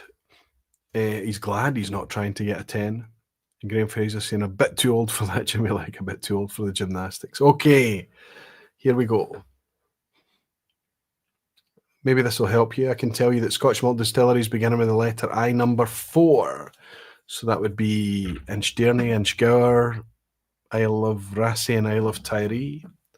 5 distilleries operating today, that's 7. That's 6 malt distilleries plus Cameron Bridge. So I did trip up a wee bit at the start of this question. C, new distilleries with a 10-year-old age statement released is 3. So how many tea distilleries do we have? Well, we have a lot of tea distilleries, but we're not talking about Tomatin and Tullabarden. We're talking about Talisker, Torrevake, and Tobermory. 3 island distilleries beginning with T, which means that it's C. The amount of distilleries on an island beginning with T matches new distilleries with 10-year-old age statement, which is Wolfburn, Ardnamurchan, and what I've uncorked for you tonight, of course, Glasgow. Some other distilleries have released things that are older than 10 years. Daftmill, Kilchoman, Glengoyne. But a 10-year-old age statement is very much the preserve of Wolfburn, Ardnamurchan, and Glasgow. How are we getting on with the 10s? How did we all get on? 9 out of 10 for Jimmy Jazz. Jimmy, well done. Cal Taylor, 9 out of 10. Good on you. Gene Kelly on an 8. Jimmy Legg on a 9. Fantastic, Jimmy. Lackland on a 9. Superb. Bruce on an 8. Pete Head on an 8. I don't want this to jump. Mikey Hare on an 8. Peter Lee on 10. Celebrating a 10. Tony Nelson on a 10. Sugar Kitty on a 10. That wasn't too bad. So we've got 3 on a 10. Come on. How many more? Gino is saying congrats to the 10s. Now it's jumped. Oh, let's go back. Calling it a 10 out of 10. Ted, congratulations on your 10 out of 10. Take it, buddy. Run to the bank. Daisy is saying congrats to the 10s. I don't know if she managed to get one tonight. Amazing. Okay, at least 4, but I'm looking for a 5th. I think that Graham Fraser might have got his 10 tonight. Come on, Graham. Where are you, big guy? Where are you? Where are you? Ian Williamson is saying, well done, all you 10s. Willie Dollier, 9 out of 10. Delighted with that. Even if a few were guesses, go for it. Congratulations to the 10, says Christoph. And Helen Williamson is saying, 6 out of 10. Well done to the 10s. I'll get there one day. 6 out of 10 is a strong pass mark, Helen. Take it. Absolutely take it. Jimmy Legg is celebrating. He's gifted 10 Aquavitae memberships. Thank you, buddy. And Graham Fraser is in. He said, yep, 10 out of 10. Congratulations, buddy. Jimmy Legg, thank you very much for your generosity, big guy. Cheers to you. So there we have it. Glasgow whiskey has never really left. It's always been a thing. But in the whiskey botherer sphere and the stuff that we like to enjoy and the things that excite us, I think that depending on your definition of Renaissance, I think we can admit that Glasgow whiskey is back. Can't wait for Clydeside to bring us a 10-year-old. I can't wait for more developments in Glasgow whiskey. I can't wait for more developments in whiskey generally. I would love to do an Edinburgh whiskey renaissance, right? We've got Holyrood out there. Just about. We've got Bonington. We've got Portaleith. We've got so much to celebrate in whiskey generally. We've got whiskey in all sorts of environments doing all sorts of amazing things, releasing it. And if they continue to release it naturally, earnestly, with integrity, with fairness, pricing right, all of that, we will pick it up eventually. We will shout about it. It's something to really, really celebrate. What a time to be alive and to be enjoying whiskey, especially if you live in this wee town of Glasgow. What a generous dram that's come in at the end. Hey, thanks for the fun, Roy. Ted Brooks. I think that's you celebrating your 10 out of 10, and what a way to celebrate it, big guy. Thank you so much. Brilliant stuff. A very generous dram. Almost blushing here, Ted. Thank you very much, big guy. Thank you for your support, and congratulations on your score tonight, buddy. Cheers. Before I disappear to Limburg a week tomorrow, I will be back for a vPub next Thursday night, usual time slot, of course. Can't wait to hang out with you then. It will not be, it's not going to be the Sleepers vPub either. I'm going to need to rethink things. I'm going to need to pull forward potentially a May vPub into next week, or come up with something else in the interim. I'll let you know exactly what's happening a week from now. But until then, I'll raise this glass to thank you all for hanging out with me tonight. Thank you so much for helping me explore and indulge and enjoy my hometown whiskies. I'm looking forward to hanging out with you all again next week. Until then, I'll remind you all that you're very dearly loved and say, Slanchiva. Cheers.